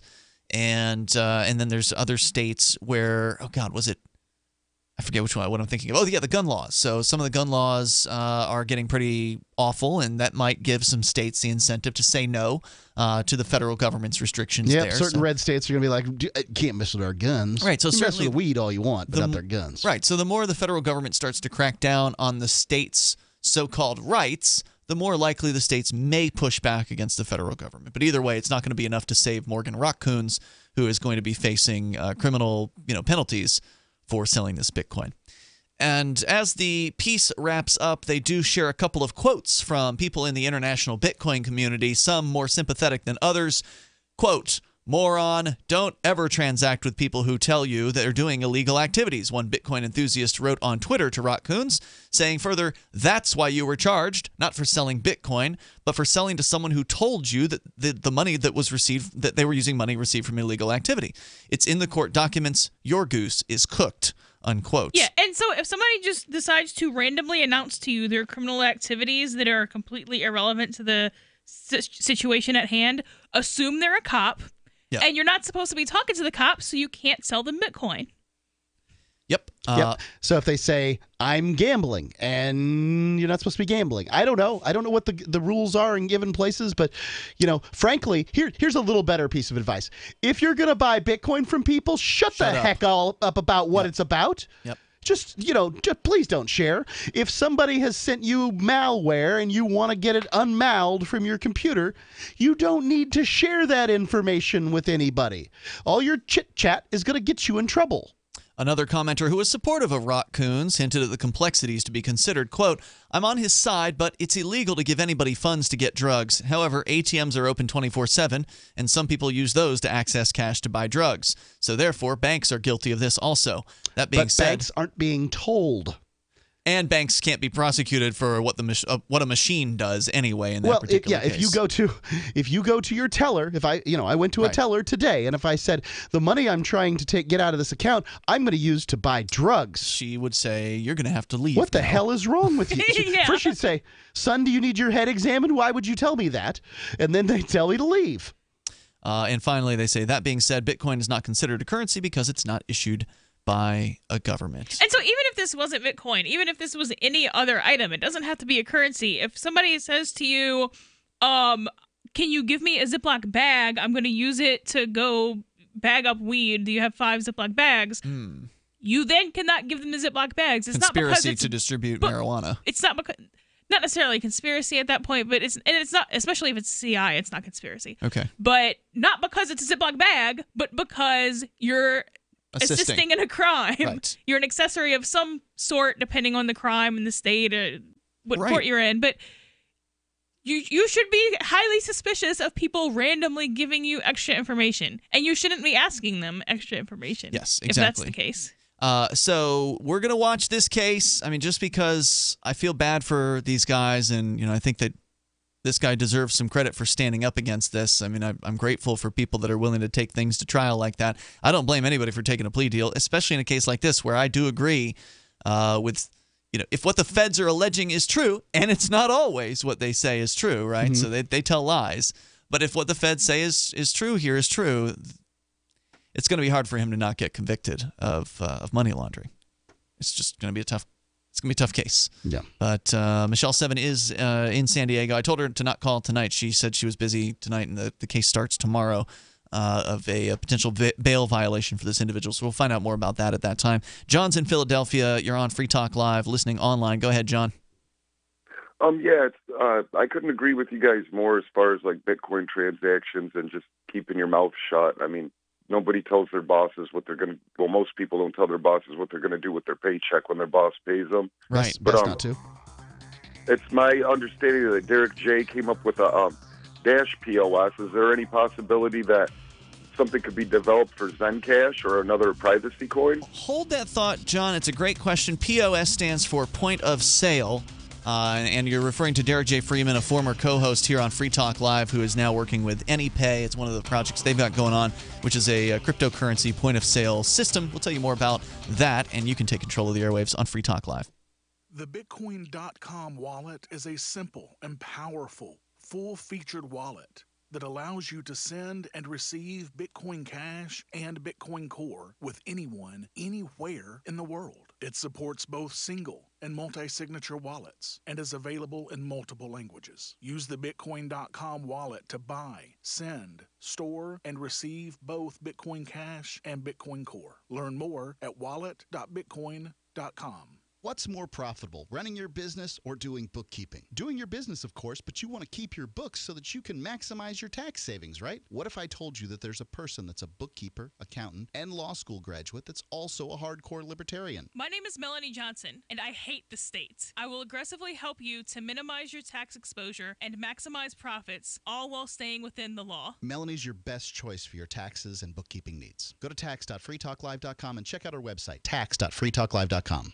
I tried other brands, but I came back to my Sunshine. For the best hot or cold pain relief, get the best. Get a Sunny Bay heating pad. Sometimes life can be a pain in the neck or back or shoulder. And the best relief for that pain is a Sunny Bay heating pad. Did you know that the American College of Physicians said that one of the best ways to treat muscle pain is heat therapy? Sunny Bay heating pads are handmade with high quality, can be used at home or at work, and have a lifetime 100% positive rating on both Amazon and Etsy. Why take another pill? Many people use our Sunny Bay heating pads alone and got rid of the neck pain. Long distance travel or long hours in front of a computer can take its toll on your body. See why our homegrown small business at sunny-bay.com has tried to help people just like you. Get your Sunny Bay heating pads at sunny-bay.com. That's sunny-bay.com or call 253-678-1361 for hot and cold therapy. sunny-bay.com.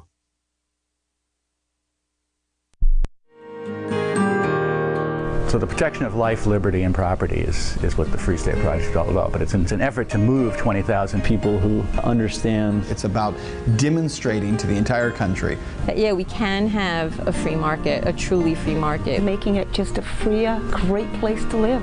It's the world's largest voluntarist libertarian community, and it's only getting bigger. That's amazing, to be able to move to a place where other people passionately believe in being free and independent. What the Free State Project is managing to do, though, is to put their money where their mouth is. It's physically getting up across the country and saying, let's go someplace and let's demonstrate the power of these ideas. There's a lot of kind of philosophy that surrounds liberty. There's a lot of thinking about it and talking about it. But here in New Hampshire, people are doing it. 101 Reasons Liberty Lives in New Hampshire, a documentary by Free State Project Early Movers. Watch it free at 101reasonsfilm.com. 101reasonsfilm.com. Here's a chance to do a little activism while you're cruising Facebook, Twitter, or Google+. Between the LOL cats, the recipes, the hot girls, and the inspirational sunrise memes, Free Talk Live's post pass by your newsfeed. Like them, comment. It gives us more exposure. If you don't see our posts, click like at facebook.freetalklive.com and then hover over it to click Get Notifications. It's an easy way to spread the ideas of liberty a bit further. I know you're busy, but you can spare that 1/10 of a calorie it takes to click on something. Facebook.freetalklive.com. Radio is the most personal of mediums. I exist right now in your head. If you listen to Free Talk Live regularly, you know me. Free Talk Live is on more than 160 radio stations around the U.S. and has been downloaded on every continent around the world. Hundreds of thousands of listeners with ad packages from $600 a month to $6,000 a month. Imagine what we can do for your business, project, website, or idea. Email me, mark@freetalklive.com. Some of our live shows are streamed in HD on Twitch. Please follow and share at twitch.lrn.fm. That's twitch.lrn.fm.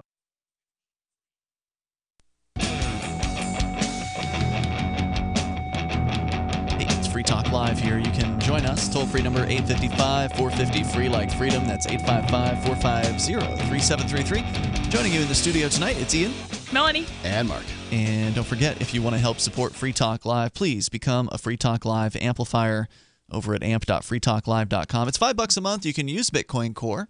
You can use PayPal. You can use credit card to sign up for the AMP program. And it's money that we can invest into Free Talk Live so we can get on more radio stations around the country and bring new internet listeners on board and expose new people to the ideas of freedom.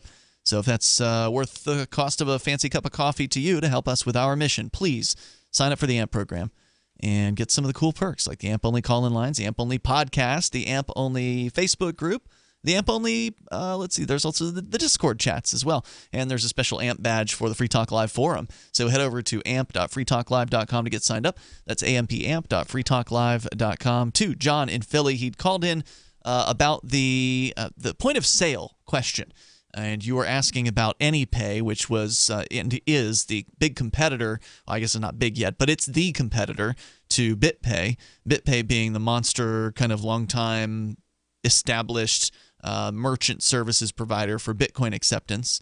And AnyPay entered the market back in August of 2017. It was created by Derek J. and his boyfriend Steven, who I love Derek. He's a former co-host here on Free Talk Live. Shouldn't Steven get top billing on this one?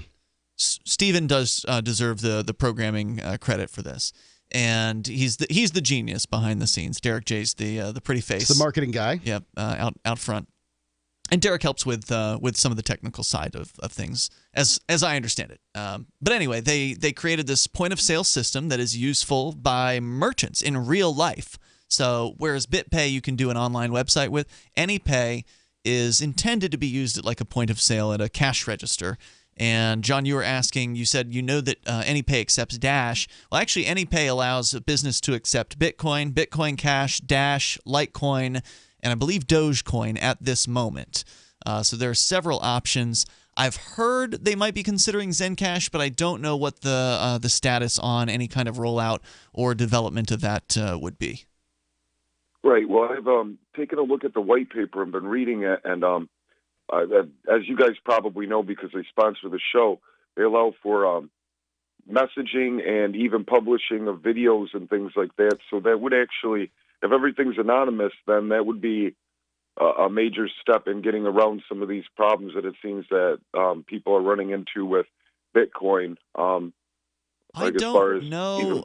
Just to clarify something, I don't think they've implemented any kind of media publishing. The media hasn't yet been implemented. In That's an Zencash. intention. I believe that is their intention in the future. I don't know how long into the future that is. But yes, there is a messaging system. I have not tested it myself at this point. But yes, it's still relatively new. I would say it's probably about a year old or less than a year old at this point. Zencash, that is. Right. Now, what would a person have to do, or maybe you can help me with this? I mean, I can go to the pawn shop around here and buy Bitcoin. Really? But you can't do but you can't do the same thing with Zencash or anything else. Like, I was just wondering how you would even get started in doing something like that, because if people could get their hands on something that was anonymous, how you would get started in use it. selling Zencash to people? Is that the question? Yeah, I guess so. Or even maybe taking the idea to the pawn shop that sells the Bitcoin. And how does the pawn shop sell it? Is it just at the cash register, or do they have a Bitcoin vending machine? Yeah.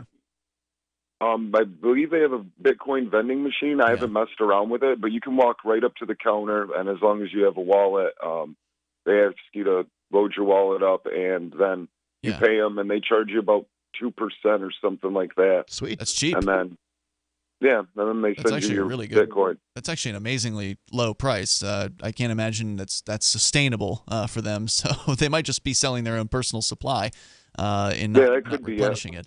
But anyway, to answer your question, I happen to have some experience in running Bitcoin vending machine operations. The Shire Free Church here in New Hampshire has been doing that since 2014, and we've been unmolested by the government, thank goodness, because the government agrees with our interpretation of the money transmitting laws, and that is that they don't apply to the way that we sell Bitcoin from vending machines. But to answer your question more directly, at this time, I am not aware of any Bitcoin vending machine operating companies or manufacturers that support Zencash as an option. Some of them support other cryptos. So like, for instance, here in Keene, if you were to walk into Route 101 Local Goods, which is where Chris Reitman, our Thursday night co-host, that's his store, and the Bitcoin vending machine there is actually a cryptocurrency vending machine, because I think it was November of last year we began offering Dash in that particular machine. Now, we could offer a couple of other things. There's, I believe, Lamasu, which is that manufacturer, supports Bitcoin Cash, and they support Litecoin, and they definitely support a third thing, Zcash. They support Zcash. So we could enable those things, but just to keep it simple, we're offering just Bitcoin Core and Dash at that machine. And the reason I think that it's best to do something like that is because so Bitcoin Core has demonstrated that they, at least at one point, didn't mind having really high fees. They didn't do enough to fix that. So implementing Dash then allows somebody to go in, put their money in, get low fees, and then you can use a product like Shapeshift. Right. And you can get pretty much whatever you want. So basically, you can get the biggies. You can exchange for a few dozen of the biggies. I wouldn't put together my life savings to put together a Zencash distribution model if I were you, because it really already exists with the Bitcoin distribution model. Is all anybody has to do today is a place that sells Bitcoin Core. I don't know what the transaction fee is going to be, but it's not going to be too much. And it's not, as far as the difference between Zencash and Bitcoin, there may be a percentage to get in, but it's going to be the same for either of them because the distributor is going to charge whatever they're going to charge. Right. So you can get the Bitcoin, use Shapeshift right inside your Koinomi wallet on your Android phone. And it's now available for iOS, by the way. Koinomi is out now on iOS. And it's, in my opinion, I've been experimenting with Edge. I like it, but I've been seeing bugs in the Android version of Edge Wallet. Everything's getting better. I used the Jax wallet recently, and it was seamless. Really? But I mean, admittedly, I've used the Koinomi wallet. I've had some issues with it, but Koinomi's been my best experience so far for a multi-crypto wallet thus far. Yeah, but yeah. So what Mark's saying here is spot on. Zencash and Zcash. With the Zencash, do you guys have a ticker for that, or what it's listed under? Because I keep getting a lot of that's ZEN. ZEN. If you look at CoinMarketCap, you'll find it there. The other thing is Zencash is just too new. It's not likely that Zencash is going to be able to persuade these manufacturers to add their crypto to these units. To their, because I mean, every crypto out there would love to be in the General Bytes platform, for instance. So General Bytes, for those that don't know, is the #1 cryptocurrency vending machine manufacturer out there, and I'm pretty sure Dash just basically gave them a bunch of money to sponsor Dash into being a part of that system. And so I don't know how much that was, and I'm guessing at that because I know Dash definitely paid them to fast track like making Dash one of the primary currencies on the system. Maybe they decided on their own to add it to their system. But either way, Zencash is too new. I don't foresee that happening anytime soon, but I'd love to be proven wrong about that. And I'll tell you this also, as far as like percentages of people buying things, at the machine in Keene, we had a couple months where Dash was pretty good. It was like getting up towards 20%, but last month everything fell off the map, and Dash had like maybe a few $100s in sales. Bitcoin Core was the dominant. There's the other machine in town. I know the operator of that one, our competitor. He said they just turned on Bitcoin Cash recently, like a month and a half ago. So it's pretty new, so it's hard to get any kind of real feel for it. But the first month out, only 1% of their sales was Bitcoin Cash, and about 15% was Litecoin, and the rest was Bitcoin Bitcoin Core. So, for something like Zencash, if Zencash were to just enter all of a sudden into these machines, people aren't going to know what it is. They're not going to want it. So Zencash is so early right now. They're in we got to build a brand. We got to build our name up, talk about what we are, what makes us special. And that's why they hired Free Talk Live, to do that, because people, they listen to Free Talk Live. Free Talk Live launched Bitcoin. By the way, right, and I encourage anybody listening then to really do take a look at the Zencash white paper. And I'm hopefully I'm looking at the right one. I believe that I am, because it's the one with the messaging and everything like that. It really does seem to be like, as far as anonymity and promoting the ideas of liberty, it really does seem to be. They've got it. Yeah, they're the good guys. John, thanks for the call tonight, man. I appreciate hearing from you. Let's get Rob in real fast. He's in West Virginia. Rob, you're on Free Talk Live. Go ahead. How you guys doing tonight? Hey, man, short on time. Apologize. Go ahead quickly.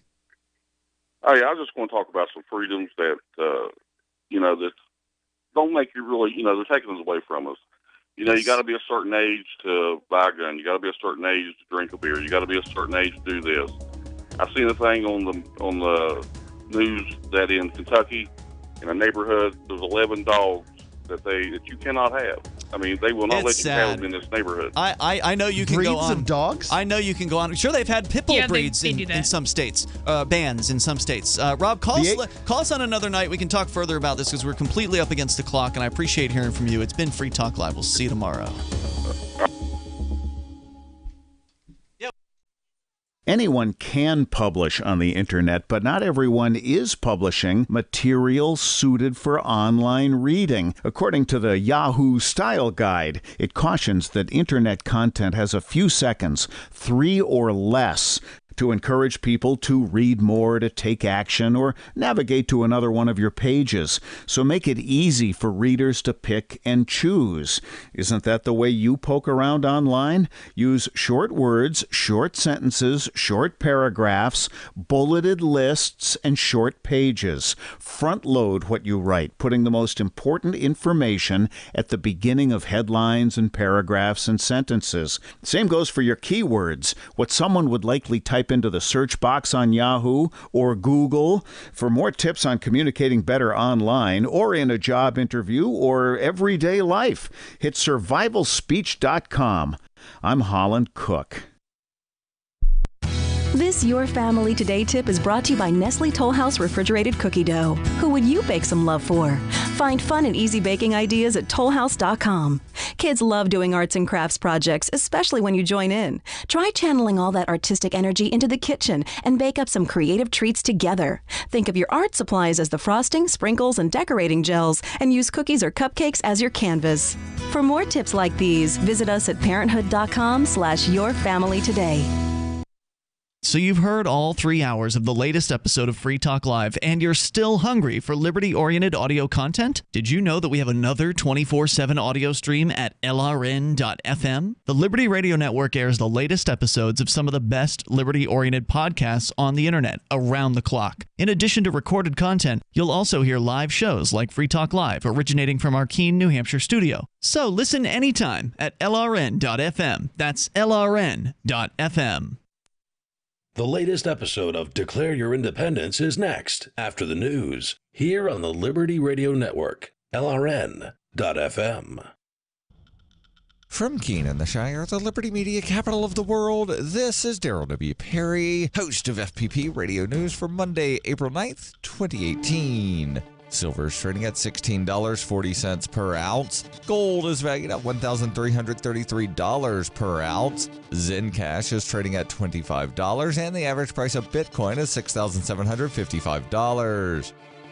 Antiwar.com reports U.S. officials are being quoted in Reuters as saying North Korea has directly informed the United States they are willing to discuss denuclearization during the upcoming summit between President Trump and Kim Jong-un. This has been reported as North Korea's position before, with both South Korean and Chinese officials having reported that they'd been assured of this. The direct communications with the U.S. is a positive sign, particularly since the U.S. and North Korea don't have any formal ties. Reportedly, this was through the New York channel, where the U.S. and North Korea can conduct secretive diplomatic contacts through the North Korean mission to the United Nations. The denuclearization message was said to have been delivered in one such meeting. 2017 marked a year of ever-worsening hostilities between the U.S. and North Korea, but diplomacy has really taken hold in 2018. North Korean talks with South Korea and the Winter Olympics have given way to agreements for high-profile summits between Kim and both U.S. and South Korean leaders, as well as an impromptu Kim visit to China, his first such visit since taking power.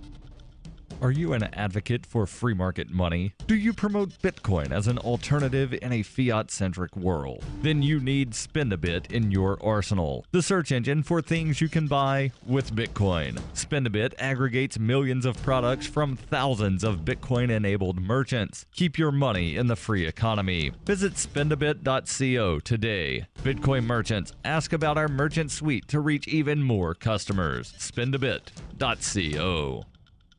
UPI reports a federal jury on Friday awarded $10 million to a man who was framed for murder by San Francisco police officers in 2007. The jury found that the two inspectors on the case, Michael Johnson and Maureen D'Amico, fabricated evidence against Jamal Truelove and withheld evidence that may have helped him prove his innocence, according to the San Francisco Gate. Both inspectors are now retired. Truelove was convicted in 2010 but won an acquittal after a 2015 retrial. After his release, he filed a federal civil rights lawsuit against the city and county of San Francisco, which will pay him a $10 million award. For over 40 years, Roberts & Roberts Brokerage has been a trusted source for buying and selling precious metals like gold and silver. And as a Bitcoin-preferred business, Roberts & Roberts Brokerage has removed the minimum purchase amount for all orders paid in the digital currency. Call Roberts & Roberts Brokerage today for knowledgeable advice on buying and selling precious metals and a forward-thinking approach to new technologies. 800-874-9760 or visit online at rrbi.co. Reuters reports a hack on an Arizona election database during the 2016 U.S. presidential